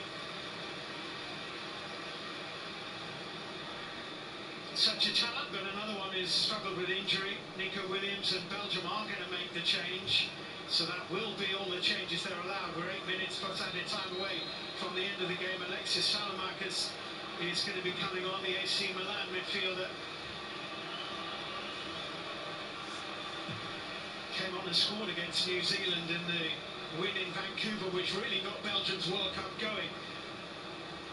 Drew against Seattle, drew in Seattle against Egypt, match day 1, drew in San Francisco against Iran, match day 2, and then thumped New Zealand. Rodri. That's a good run, Lamine Yamal. He's in behind Saints. His first touch looked to be exquisite, and he's unlucky because it then hit his left shin. But the movement's phenomenal, and it's a brilliant ball as well. He's onside. It's a great ball. Catches, brings it down lovely, and then it hits his other leg as he brings it down. It's unlucky. Unai Simon's gone straight to De Bruyne. De Bruyne went for goal. It was charged down. I think the flag was going to go up on this near side. There was a brief flag from Stuart Burton. He stuck it up, then put it down again. Be interested to see a replay of that. Don't want to give De Bruyne an empty goal, even from 40 yards. No.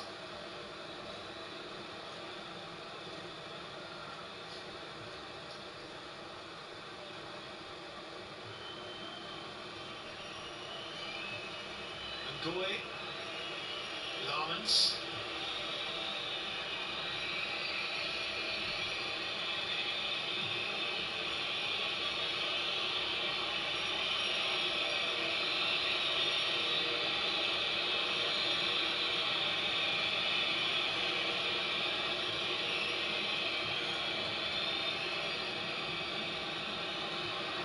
Talara got there, but so did Pedri. The yellow card is already in hand here. Rightly so.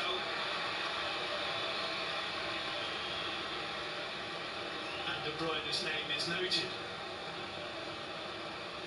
Hughes coming off there, he couldn't track it back.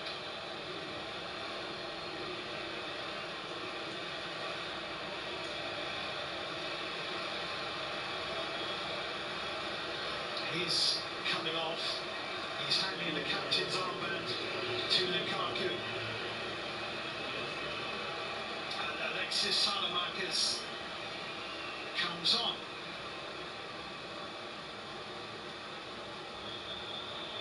Good player.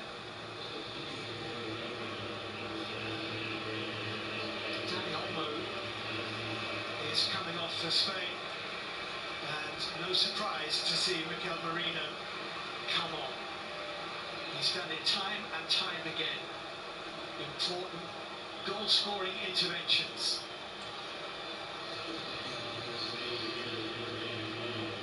He has 11 international goals, Mikel Merino. This is 49th cap.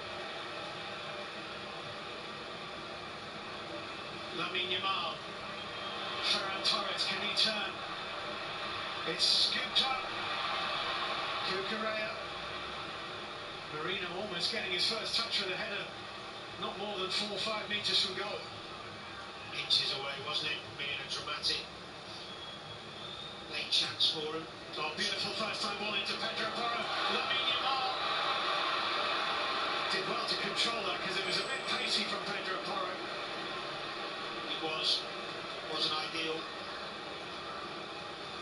It's another nearly moment, again in some good positions now, really pushing. Nico Williams.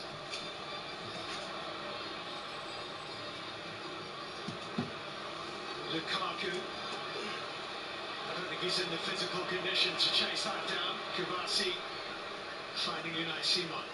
It was a brilliant little position Raskat found himself in inside his own box, helping out his back players again. He's done really well. Mikel Merino.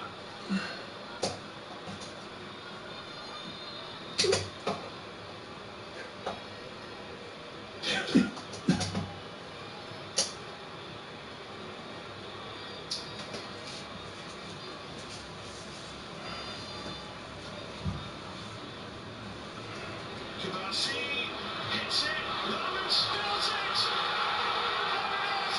Mikel Merino scores for Spain.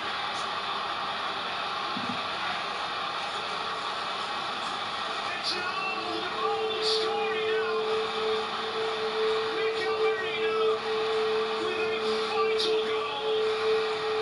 Senna Lermans with the error. Spain 2, Belgium 1.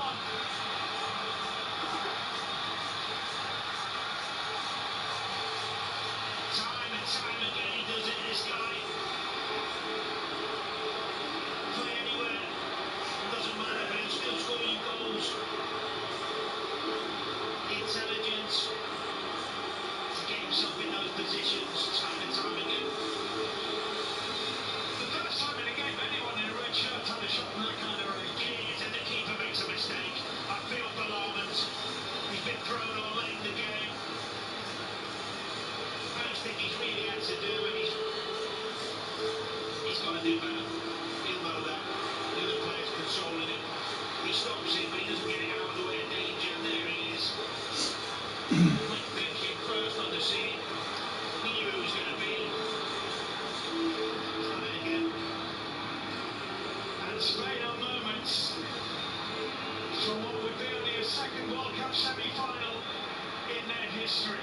You have to feel for this guy, Senna Lermans. There is a list of goalkeepers for whom World Cup errors have really been career-defining. Well, he could have done with some help from one of his defenders who has kept the ball out, but he hasn't got it away from goal. Maybe he should have held it. The reality is, it is an error. Of course, the question he will never escape and will never have an answer to is what would Courtois have done? Though he wasn't necessarily guilt-free for the first goal. Spain 2, Belgium 1. Here's Lukaku. To Ketelaere. Rodri. Kubasi. Lamine Yamal. I mean, Marino was disappointed he wasn't starting today when Ruiz picked up ahead of him. Come the semi-final, he's got a conversation to have with the manager, hasn't he? 2 winners.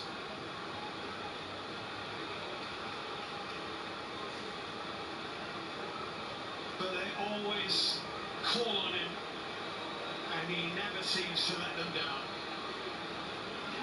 Spain's super sub, Mikel Merino, minimum of 7 to add up.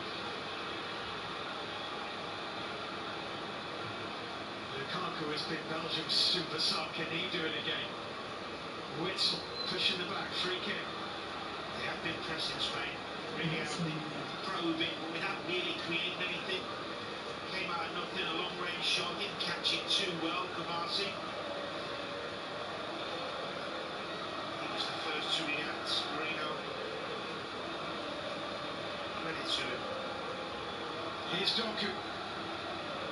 Can Belgium conjure something? Jeremy Doku running into Pedro Porro. It's a free kick to Spain.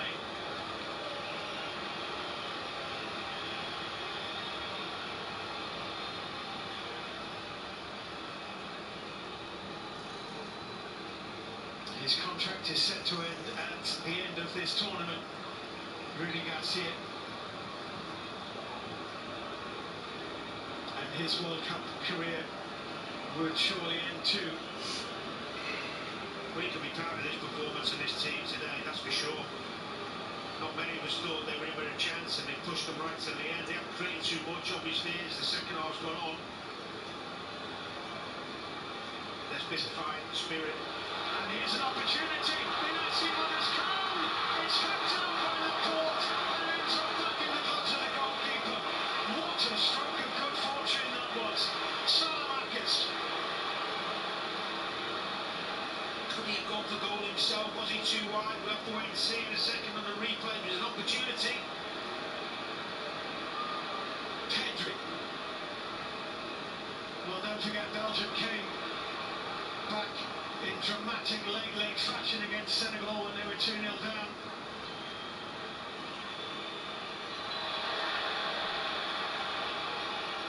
And they'll have the free kick here. And the yellow card is brandished to Aymeric Laporte. There is an amnesty on yellows after the quarter-finals.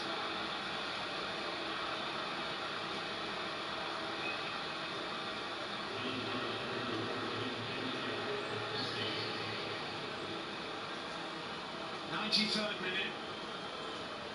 Maybe 4.5 more to play. Belgium need a goal. In it goes from Salamakis. Lukaku got something on it. Ratskan was there. There's a break on here. Small, red against 2 white, and fair play to Joachim Sales, who got there. Well, Pedri's holding his hand up, and he should, because it wasn't a difficult pass, and he had 2 breaking, Yamal and Williams. You see the match winner again, Mikel Merino.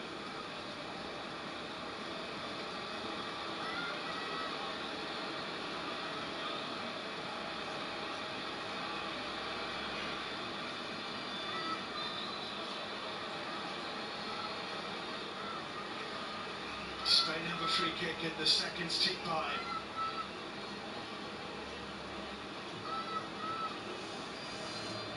Won't see Kevin De Bruyne in another World Cup unless they do something dramatic in the seconds that remain.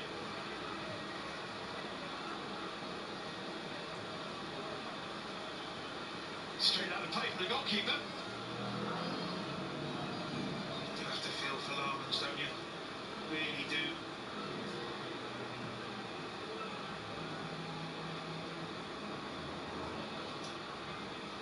Nico Williams.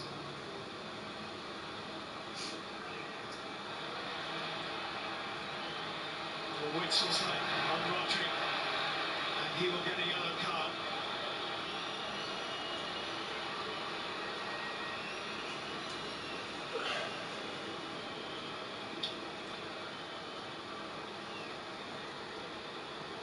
Ooh. A little bit naughty. Probably just get away with that.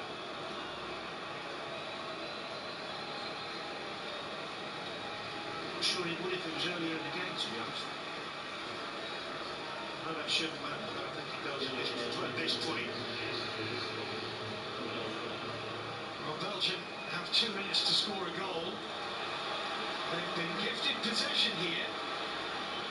Raskan with the throw-in. Salamakis. Castagna. Raskan. Plenty in the middle. Toward Lukaku. Rodri takes charge. Ngoy for Belgium. Do you know who headed that out? Marino. Here's Lamine Yamal. He's dispossessed crucially by Jeremy Doku. Raskan. Raskan's ball in has to be good. Unai takes it. Lukaku. And in and out with the goalkeeper's hands. Big a foul. And just before that, Steve, that ball in from Raskat was brilliant. And it was Marino who was in there heading it out.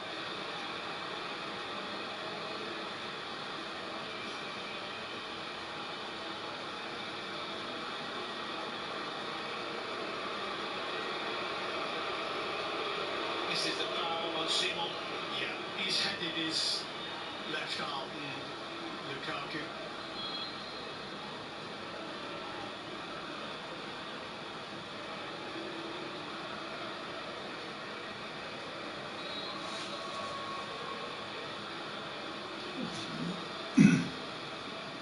Well, Belgium have probably gone further than they thought they would pre-tournament. They've certainly gone further than they thought they would when they were 2-0 down after 87 minutes against Senegal. But it's on the brink of ending here. Marc Cucurella.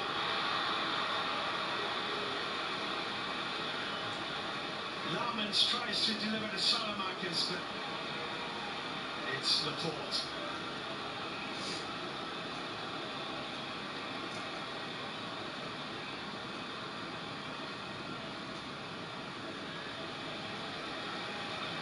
Pedro Porro. On the charge. And a very effective one. Ngoy in the middle. Michael Oliver blows his whistle. And Spain are through to the semi-finals of the World Cup for only the second time. And deservedly so over the course of 90 minutes. A match won for Spain by Mikel Merino late on against Belgium, just as it was late on against Portugal. Spanish celebrations, the end of a few Belgian World Cup careers. They played bravely and effectively today, but the better side have won. And Spain against France in Dallas in a World Cup semi-final is something to be savoured. Spain 2, Belgium 1. A professional victory from Spain. Nothing dramatic. Okay, there was a late-ish equaliser, a late-ish winner from Mikel Merino, but it just felt as though they were in control for a lot of that game. Yeah, they were in control. It looks like it was like coming back from the last game against Portugal, just last minute winner. Yeah, and then in terms of the way that they approached this one, we're still not seeing any fireworks from Spain, that they don't need them. No, they look in total confidence. I think even when they got the equalizer, they felt calm. They were not in a rush. They kept playing this game a bit better toward the end of the second half, moving a bit more ball side to side, trying to find the right pass. And at the end, from a rebound of the keeper, they scored a goal, which also shows ambition to put players in the box. Yeah, I think having a know-how and knowing how to win games is important. I think winning the Euros 2 years ago certainly helped them get that confidence and that calmness when the games get tight. You know, you've got that in the bank, you've got that memory of winning games and winning games late on. You had to the previous game, Moreno coming on the game, 2 goals in the last 2 games coming on the sub. I think Spain look very, very much in control, and I think they're playing out nicely. And obviously you've got France and Argentina who've had 2 really good performances, but Spain are, for me, they're looking good. Did you expect Spain to play like this, or was you expecting more? Because Wayne said it himself in terms of control. They are controlling game in terms of possession, Rodri in midfield, Pedro coming on. and they never seemed to panic. Is that what you were expecting? Yes, of course they would. Always like Wayne said, but I always thinking, expecting just maybe a little bit more going forward in the final third. Yeah, could be, could be. I think we have not seen the best of the attacking players in terms of fluidity of finding, making the right pass, making the right decision. But what gives me confidence is that they don't face any chance. They just control the game. They recover the ball quite quick. Okay, Belgium, they have 2 good chances, 3 maybe in the second half. But apart from that, you don't see them at any point that they collapse and they don't know what to do. So that's, I think, for a team facing the semi-finals is very important. But this is why, for me, Rodri is so important, because they've got attacking players, young attacking players who are very creative, and decision making, the decision to make is not always the right decision. And they lose the ball a few times, but Rodri's calmness, and was talking just towards the end of that game of keeping the ball in Belgium's half and keep plodding along, and sooner or later they've got that much quality in the team in them attacking areas, they're going to break through. So I think Rodri, he's not the cheat, he's in there, he's just in there controlling everything. He's so good to watch. We just saw Thibaut Courtois there talking to Unai Simon, and we will talk about Thibaut Courtois because obviously his injury had a direct effect on this game because Senna Lawrence had to come in and replace him. Yeah, and I think that Lamine Yamal's brother is often in the crowd and often watching him, and he's extremely cute, and that was a very cute child. So that might well be Lamine Yamal's brother if they picked him out from the crowd. But look, it was again a sort of mixed game from Yamal. We'll look at him again in more detail. When you see Luis de la Fuente, I think it is his brother.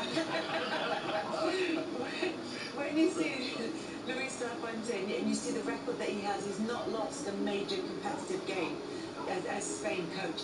And we talked before the game about the substitutions that Belgium made, and we talked about how important they were.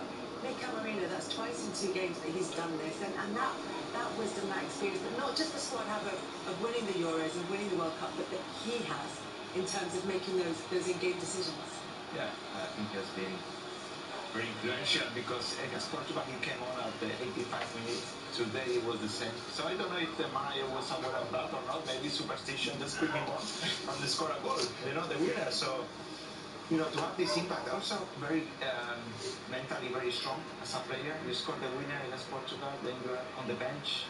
You have to come on at the 85 minutes, which the mentality, the ambition to do well for the team, to play as a group, and to score the winner, which I think was Well, you've got to give credit to Belgium, though, eh? Well, I mean, not for this. Just giving us a 2 million. I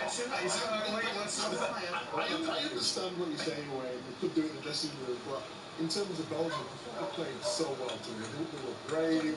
Spain were obviously the better team over the 90 minutes, but I didn't expect Belgium to set that way, and Spain found a way. That's the difference. I think that's what Aspie's alluding to there. They're not scintillating, they could do a lot better, but they're getting over the line.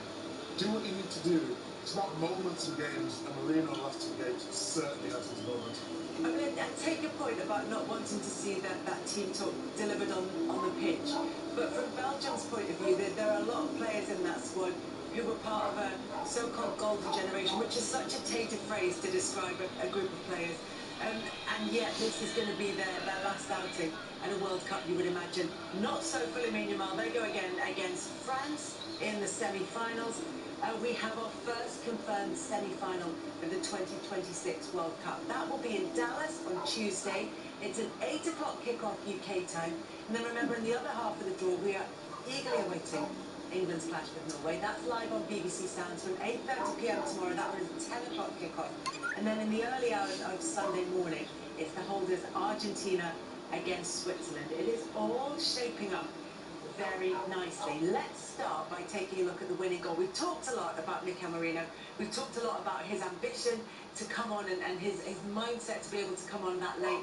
But it starts with the injury to Thibaut Courtois and having to replace him with Senna Lawrence. You can see there how upset he is at having to come off. He knows that this might be his last opportunity to play in a World Cup for Belgium. And then Lawrence not really warmed up into the game. Yeah, I think it's always difficult for any player, especially in a game of this magnitude, but once a goalkeeper, you're not fully warm, the running there behind, and you're just thinking, okay, what's going to happen here? Belgium in a good shape, forcing them to shoot from distance. But then he just can't get hold of it. You know, you want to see a winner from good combinations or a really good worldie, but to have that from a goalkeeper to make a mistake, I just feel sorry for him. But look at the anticipation for Moreno. That's what he's brought on the pitch to do. Having said that Lovens wasn't warmed up, Marino had only been on the pitch for 117 seconds when he scored that goal. Yeah, listen, it's clearly a mistake, obviously, and as much as I'd like to try and defend it, it's a mistake. But we've heard Joanne talk about the fight to the ball, so maybe give him the benefit of the doubt a little bit. But Moreno, I think he's one of them players who he just arrives at the right time, in the right moment in big games. And this is how they celebrated in Madrid. Interestingly, because, well, at the start of this tournament, there were no Real Madrid players in the squad. Obviously, Cucurella has now signed for them, and he is a Real Madrid player, but it's a very Barca-heavy squad in there. And there is that sense of a relationship between the players, even if they're not always seeing it in terms of the attacking talent. Yeah, you know what I surprised me here is the mentality from Marino and the difference with Ngoy. As a defender, you know you have to protect the keeper. Yes. I think you don't want but you have to do the extra to have confidence, but also be a bit negative as well to think that the keeper we see the fly of the ball and make a mistake there, but just to protect and that's the difference. But one team goes through and the other are out. We always talk about, but I talk about it a lot on here, is the details. And when you, as a young defender, when you get taught, it's always throw the ball in, because you never know what could happen. Even if you've got the best goalkeeper in the world behind you, you have to throw the ball in, because this can happen, and a mistake like that, you're out the tournament. You mentioned the difference between the two subs. I think that was Lemmon's first minutes at the tournament, was it? So he needs to grow in confidence. And then Where his third cap. Moreno comes on full of confidence from the last game, and that is the difference. It just feels like he's on fire. I mean, 2 big goals. He must be delighted. What 2 goals? He's coming from the academy from Osasuna, the same place as my hometown. I was coached by his father, so I had a great relationship with him and his father. So it's very nice to see a player like him also with all the difficulties he had this season with his injury, that he was nearly out of the World Cup. So I'm very pleased. I'm very happy for him. Yeah, he posted about his injury and said at one stage he was struggling even to get up and down the stairs in terms of his recovery, that he had real problems with his mental health in terms of his recovery, and then comes back and has these incredible moments for Spain. Just tell us a little bit about what you think happens to him now over the rest of the tournament, because he's clearly seen by Luis de la Fuente as a finisher rather than a starter, but maybe a bit earlier than 85 minutes, do you think? Well, if he goes on as he scored the winner, I think everybody will be happy. But as I mentioned before, to have the mindset and to go after the game, train hard, and then being left on the bench and then wait until he was the last sub to come on. So that's high credit for him, because that mentality is not easy to have, and you guys know as well. It's not really role as well. I think Lukaku's got a similar role in Belgium, where he's been coming on with off ground position with back and knowing what the importance you add to the team. I think that's the main thing. If you're left on the bench and you're not aware of having that conversation with the manager, you can be a bit down and a bit destructive. But if you know that you're going to come on and the manager rates you highly and potentially you come on to get your team to the next round of the World Cup, then I think that's a little bit different. Well, just tactically, it's understanding the game. Moreno, one of his best attributes is running into space. The second half, the game always becomes stretched and open, and it just sinks itself. Yeah, and I love the idea that he's sitting on the bench, completely unbothered, at 1-1 going, just wait, 85 minutes, I'm coming out next We hour. said that we were talking about it, weren't we? And we said there's the match with him when he was on the bench. Yeah. So you just felt Spain started getting balls through the lines, didn't he? And you just felt that he's going to have an impact. You want to put on the back, do you? To be fair, he is here for his analysis. It's fair to highlight when it goes well. But do you know, it nearly did turn in the second half, because Belgium had so many chances and they really put Spain under the cosh. Well, this is what I was talking about in terms of Belgium. I thought it was excellent. Is he Kevin De Bruyne here getting the ball between the lines, sort of doing what Spain were doing to Belgium at times. Then you've got Doku in wide areas. The run from the Koike, that is really good. Pulls Rodri out, and that little 1-2 with getting De Bruyne a leave space for the Kuiper. And this is what they can do, and that's why I was surprised the way they were set up early in the competition. I didn't know what Belgium were, and then they had that really good result against Senegal, giving them that confidence. Raskin was playing that midfield, sort of giving them the energy going forward. Lukaku obviously coming on, trying to make a difference. I think he could just lift that there to give Lukaku more of a chance. De Bruyne turning on it, getting that shot. But I was really impressed with Belgium at the time, and then here's the incident here. It feels reminiscent of what we saw in the Champions League final, isn't it? Where it's a player onto his teammate. Correct. And that's why it can't be. But you see that chance there, really good defending from Spain. And that's a clearance, not a back pass, isn't it? Just sort of a clearing up. It's very clear. It's very clear. Was it clear? Yeah.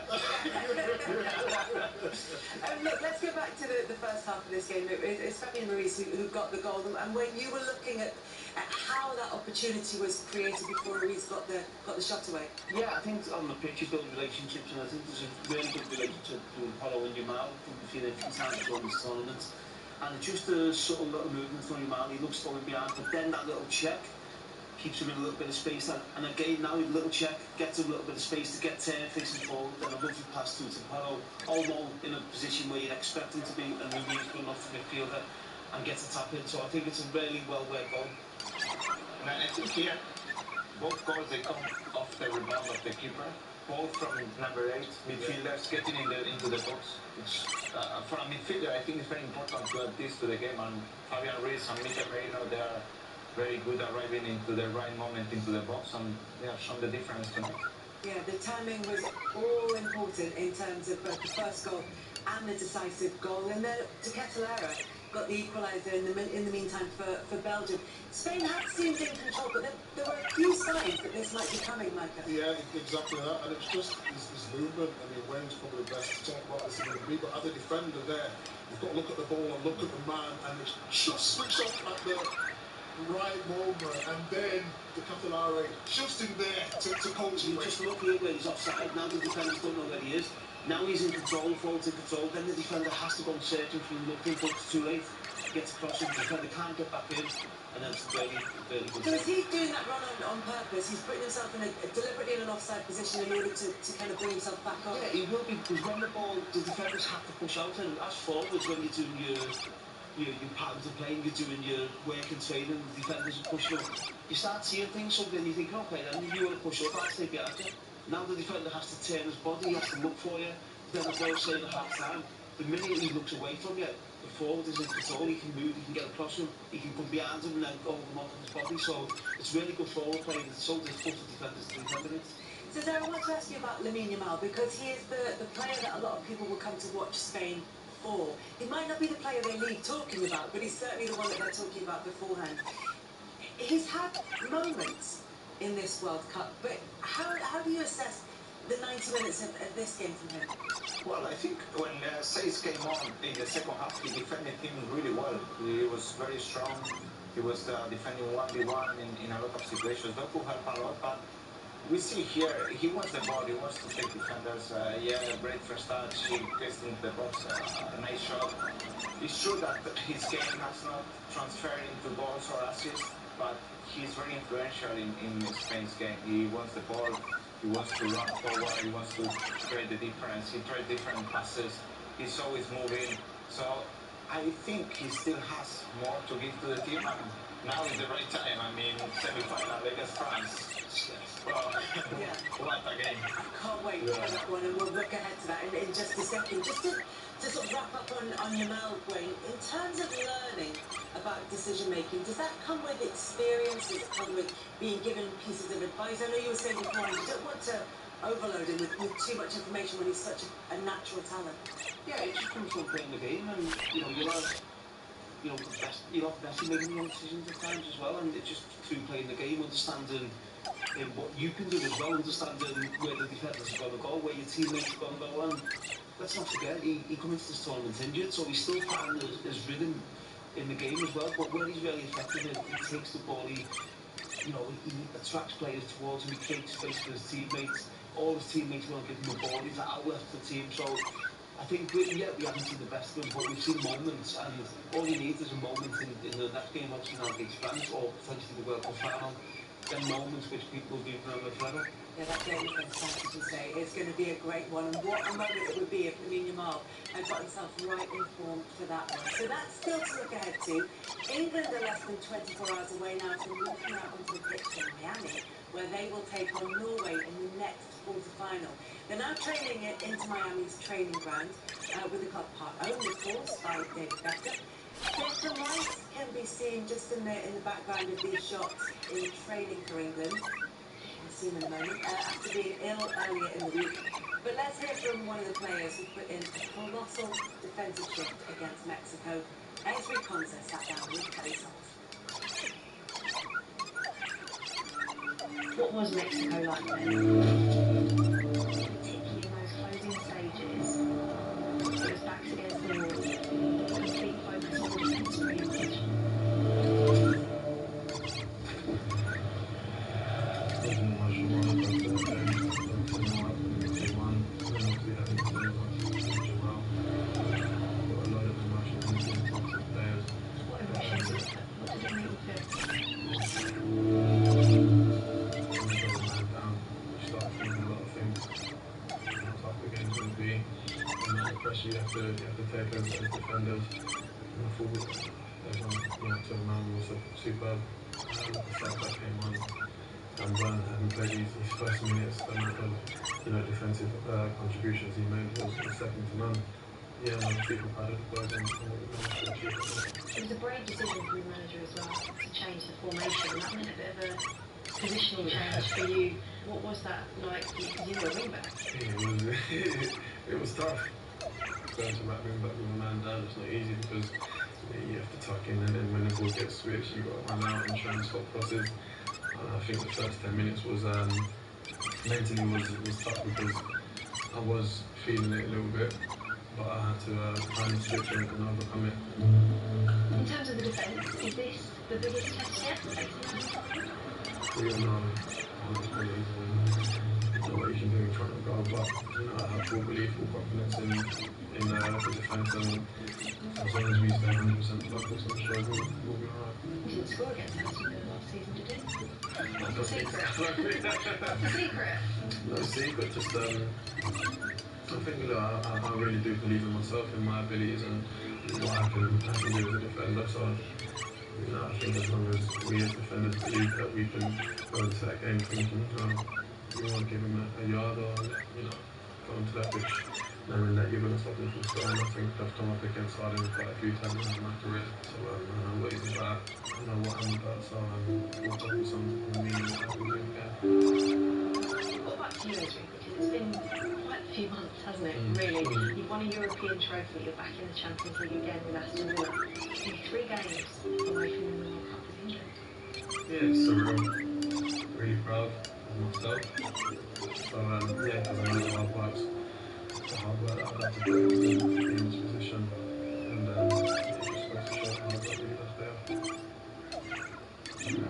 Well, the players are out in Miami, so too are John Murray and Paul Robinson ahead of tomorrow night's game. Hello, Kelly. Yes, we've arrived in the Sunshine State. England arrive here today, where everyone is perfect and everything is perfect. And Paul, how perfect do you think England are going to have to beat the Norwegians? I think it's been a very tough game, obviously, in the conditions that they've not faced as yet. We all talk about the heat, the weather delays, etc. And this is the first time that England have played outdoors, and they know it's going to be hot. The 2 games that they have been outdoors, they've been very fortunate with the weather. It's pouring rain, and it's been indoors. But here's very different. I mean, it's very similar to the UK at the moment as to what I'm hearing back home. But I think the humidity here is very, very different for them. But it's a tough game for them. Norway are accustomed to playing in the heat. They're playing against Brazil in New York in that type of heat. But it'll be a different challenge for the England players. Yeah, so there's the heat. I mean, there's a lot more in this than just Kane against Haaland. But it will inevitably be billed as Kane against Haaland, won't it? Absolutely. As it was Salah against Messi. And as we like to hype up in the media. But I think from England's point of view, I think the thing that I like with Thomas Tuchel is that he plays to our strengths rather than defending our weaknesses. Yes, defensively we are susceptible at times. He knows that, he's aware of that. But he will play on the front foot, and he will look to attack, and he'll look to go forward. And I think the advantage that England have got is that obviously Haaland and Gay are teammates. He plays against them every day in training. So I think that's one really strong advantage for England to have. However, there are obviously problems in terms of selection, particularly at the back, and we know that Declan Rice has had a problem with illness this week as well. But if this is right about Mark Gay having a hamstring problem, we'll hear more on that from Thomas Tuchel later. Jarrell Quansah, obviously suspended now. But Reece James might be back in the picture. So how do you see all that working? Well, what you lose in one, you take back in the other. I mean, if Reece James comes back in like we're led to believe it is correct, that's a huge bonus for England. Because I think the full-back areas have been one of issue for England. The wide areas have certainly been one of issue. If Reece James comes back in, it would be a massive boost. And I think with the central defenders, the options that he's got in Quansah, Stones, and if Mark Gay isn't fit, he's got that partnership. I think John Stones is a player that he obviously likes, he trusts, and he's obviously looked to him for later in the tournament. And it may be an occasion where he comes back in and plays. Okay, well, we'll find out later from Thomas Tuchel exactly what the situation is, who's available, who isn't. And also, on the subject of beautiful people, Mark Chapman arrives here a little bit later on to front the 5 Live coverage of the match. So we're very much looking forward to that as well. Well, if you're excited about that, just wait till you hear he's coming up to the semi-finals. 5 Live at BBC Sounds coverage of Norway against England begins at 8:30 tomorrow night with kick-off at 10. You can head to the iPlayer for a Norway-England preview show, and at full time tomorrow, there'll be a reaction show with Wayne and Micah, Alan Shearer and Ellen White, and you can watch a full rerun of the match if you can't stay up, if you've got children, early on Sunday morning. Finals weekend at Wimbledon. Karolina Muchova takes on Linda Noskova in an all-Czech women's singles final tomorrow. Then it's the men's final. It's Sinner against Zverev. That's on Sunday afternoon. And there's the highlights of Saturday's great the Scottish Open golf, available right now on the iPlayer. Now, if you've been across social media or any of our coverage, you will know that Wayne promised to go, well, it was originally rowing up the Mersey if Norway made it through to the quarterfinals. He's now decided that it might be rowing up the Hudson, and word has got to Erling Haaland. Yeah, so I'm looking forward to seeing Wayne boy. Wayne Rooney said he was going to row if we went to the quarterfinals. Now we are in the quarterfinals, so Wayne Rooney, I expect you to go out on a rowing trip.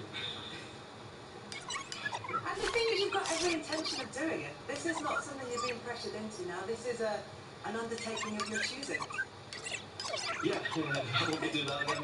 But no, Big Meeks is going to come along with me. Maybe Joe Hart's going to do it as well. So me, Meeks and Hart here are all taking part in that mission. So we're just trying to get it put together to do on the Hudson River. So By the time you get out there, there's going to be an 8 with the Cox at the front of it. By the time you start building this team. Look, Erling Haaland and the damage that he can cause, we know that from his performances in the Premier League. And yes, he and Mark Gay here are teammates. But he's been so important to Norway, as we expected him to be. How much of a problem can he cause England, do you think? So much of a problem because it feels as though he's got more energy at this World Cup as well. It seems to be pressing a lot more. His confidence is really high. And when you've got that technique, we're talking about one of the best in world football, if not the best, at finishing. Probably Harry Kane will talk about that and Mbappe as well. But the thing is, that last clip as well, we don't normally see him in those sort of areas, which was a lot different. Probably a little bit deeper, but that is just confidence.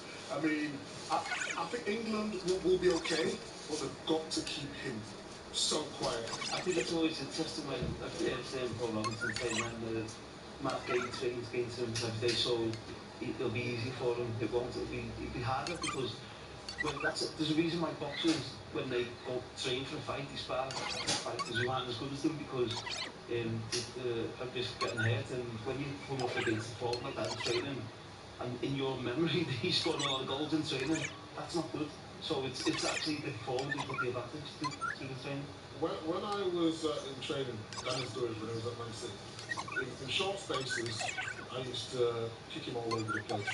You mean when there were cameras around, Micah?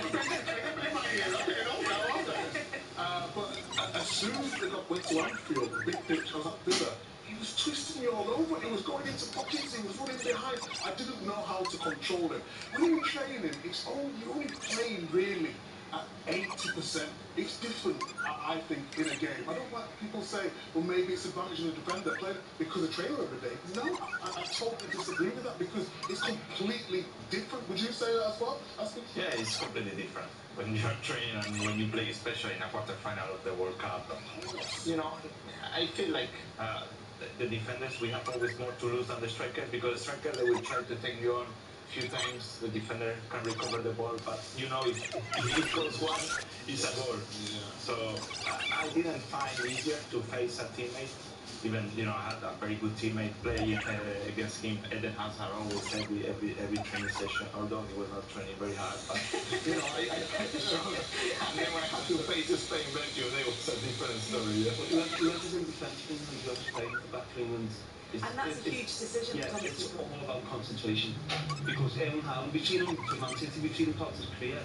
There's games where you don't think he's in the game and he's not having his best game, but then he's a punisher. He'll just come to life that most important moment and he'll kill the game for you. The only advantage, potentially say for defenders, is that they know his runs. You see it, you know, week in, week out in training. So did Gabriel for Brazil. Yeah, but that's the only little Listen, detail. there's lots of time now, almost 24 hours to build up to England's game against Norway, but we've just watched Spain advance to the semi-finals. Thank you very much to all three of you. It's going to be France against Spain in the first semi-final.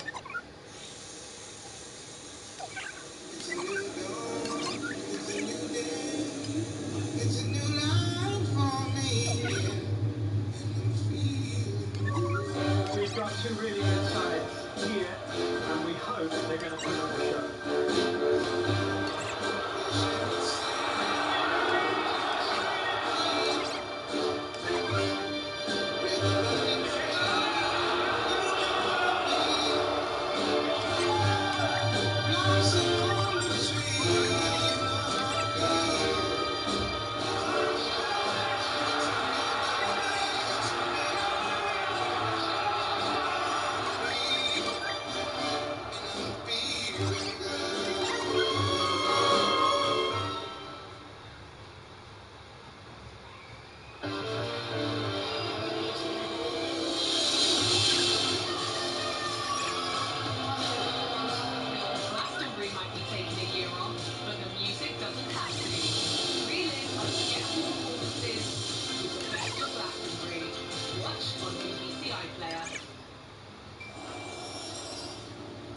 From the smallest beginnings come the most extraordinary stories. Oh yes, I can hear it. Explore the evolutionary journey still unfolding of our most iconic animals. They're so curious. That is spectacular. Evolution starts Monday at 9 on BBC Two and iPlayer.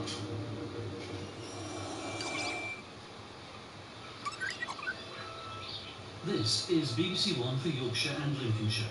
Now the BBC News with Rita Chakrabarti and Leanne Brown. Tonight, shock and sadness at the death of the former government minister Anne Widdecombe as police arrested a 26-year-old man on suspicion of murder. Anne Widdecombe's body was found yesterday with serious injuries. Police and forensic experts have searched her house on Don. The suspect, who is a white British national, remains in police custody whilst inquiries continue. Anne Widdecombe was a Conservative minister in the 1990s and after her political career, a celebrity on reality TV. Also tonight, a wildfire in southern Spain claims 12 lives. Officials say 4 of them might be British. One family spoke of how they fled. We came down and out and we were not expecting the civil fire. It was quite terrifying. Prince Harry in the UK for the Invictus Games makes a private visit to the King with his wife and Meghan and their 2 children for the first time in 4 years.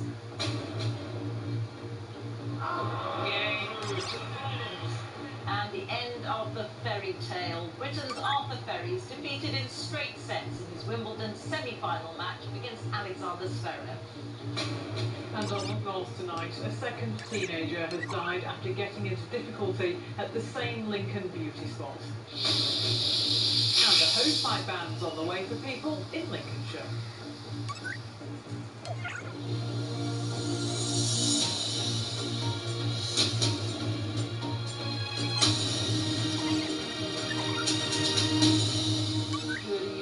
Police have arrested a man on suspicion of murder following the death of the former government minister Anne Widdecombe. Devon and Cornwall police said Ms Widdecombe was found at her home on Dartmoor yesterday morning with serious injuries.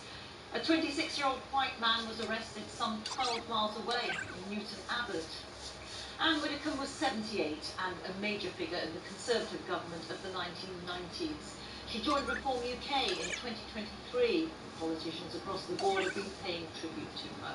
Sir Keir Starmer praised Ms Widdecombe as a distinguished politician. The Conservative leader, Kenny Badenoch, said she was stunned, that her heart was breaking for her family. And Reform UK leader Nigel Farage hailed her as an extraordinary woman who fought for what she believed in. Here's Helena Wilkinson. It was in her house in Dartmoor where Anne Widdecombe was found dead yesterday. In a shocking development this afternoon, police said they were now treating her death as murder. We can confirm that a 26-year-old man was arrested at an address in Newton Abbot this afternoon on suspicion of the murder of Anne Widdecombe. The suspect, who is a white British national, remains in police custody whilst inquiries continue. Officers were called to Miss Widdecombe's home at Haytor by the ambulance service around 11:40 a.m. on Thursday the 9th of July. Sadly, 78-year-old Miss Widdecombe was located deceased within the property. She has sustained serious injuries. I got very little trust. This was the former MP and Conservative minister just 2 days ago, talking about the Clacton by-election. She had switched parties to support reform. This evening, the Prime Minister gave his reaction to a murder inquiry being launched into her death. Well, this is really shocking news. And my thoughts, I think all of our thoughts, will be with the family and friends of Anne Widdecombe at this awful time for her. Anne was a distinguished politician over many, many years with many achievements. And it's a huge, huge loss. At a defence-related visit in Portsmouth earlier, the Conservative leader gave her reaction. I'm stumped. To be honest, I don't really have the words for what we've discovered has happened. Anne Widdecombe was 78 years old. She was a fun and very feisty person, but she was an elderly person. I don't understand how someone could do something like this. It was a nasty, horrific attack.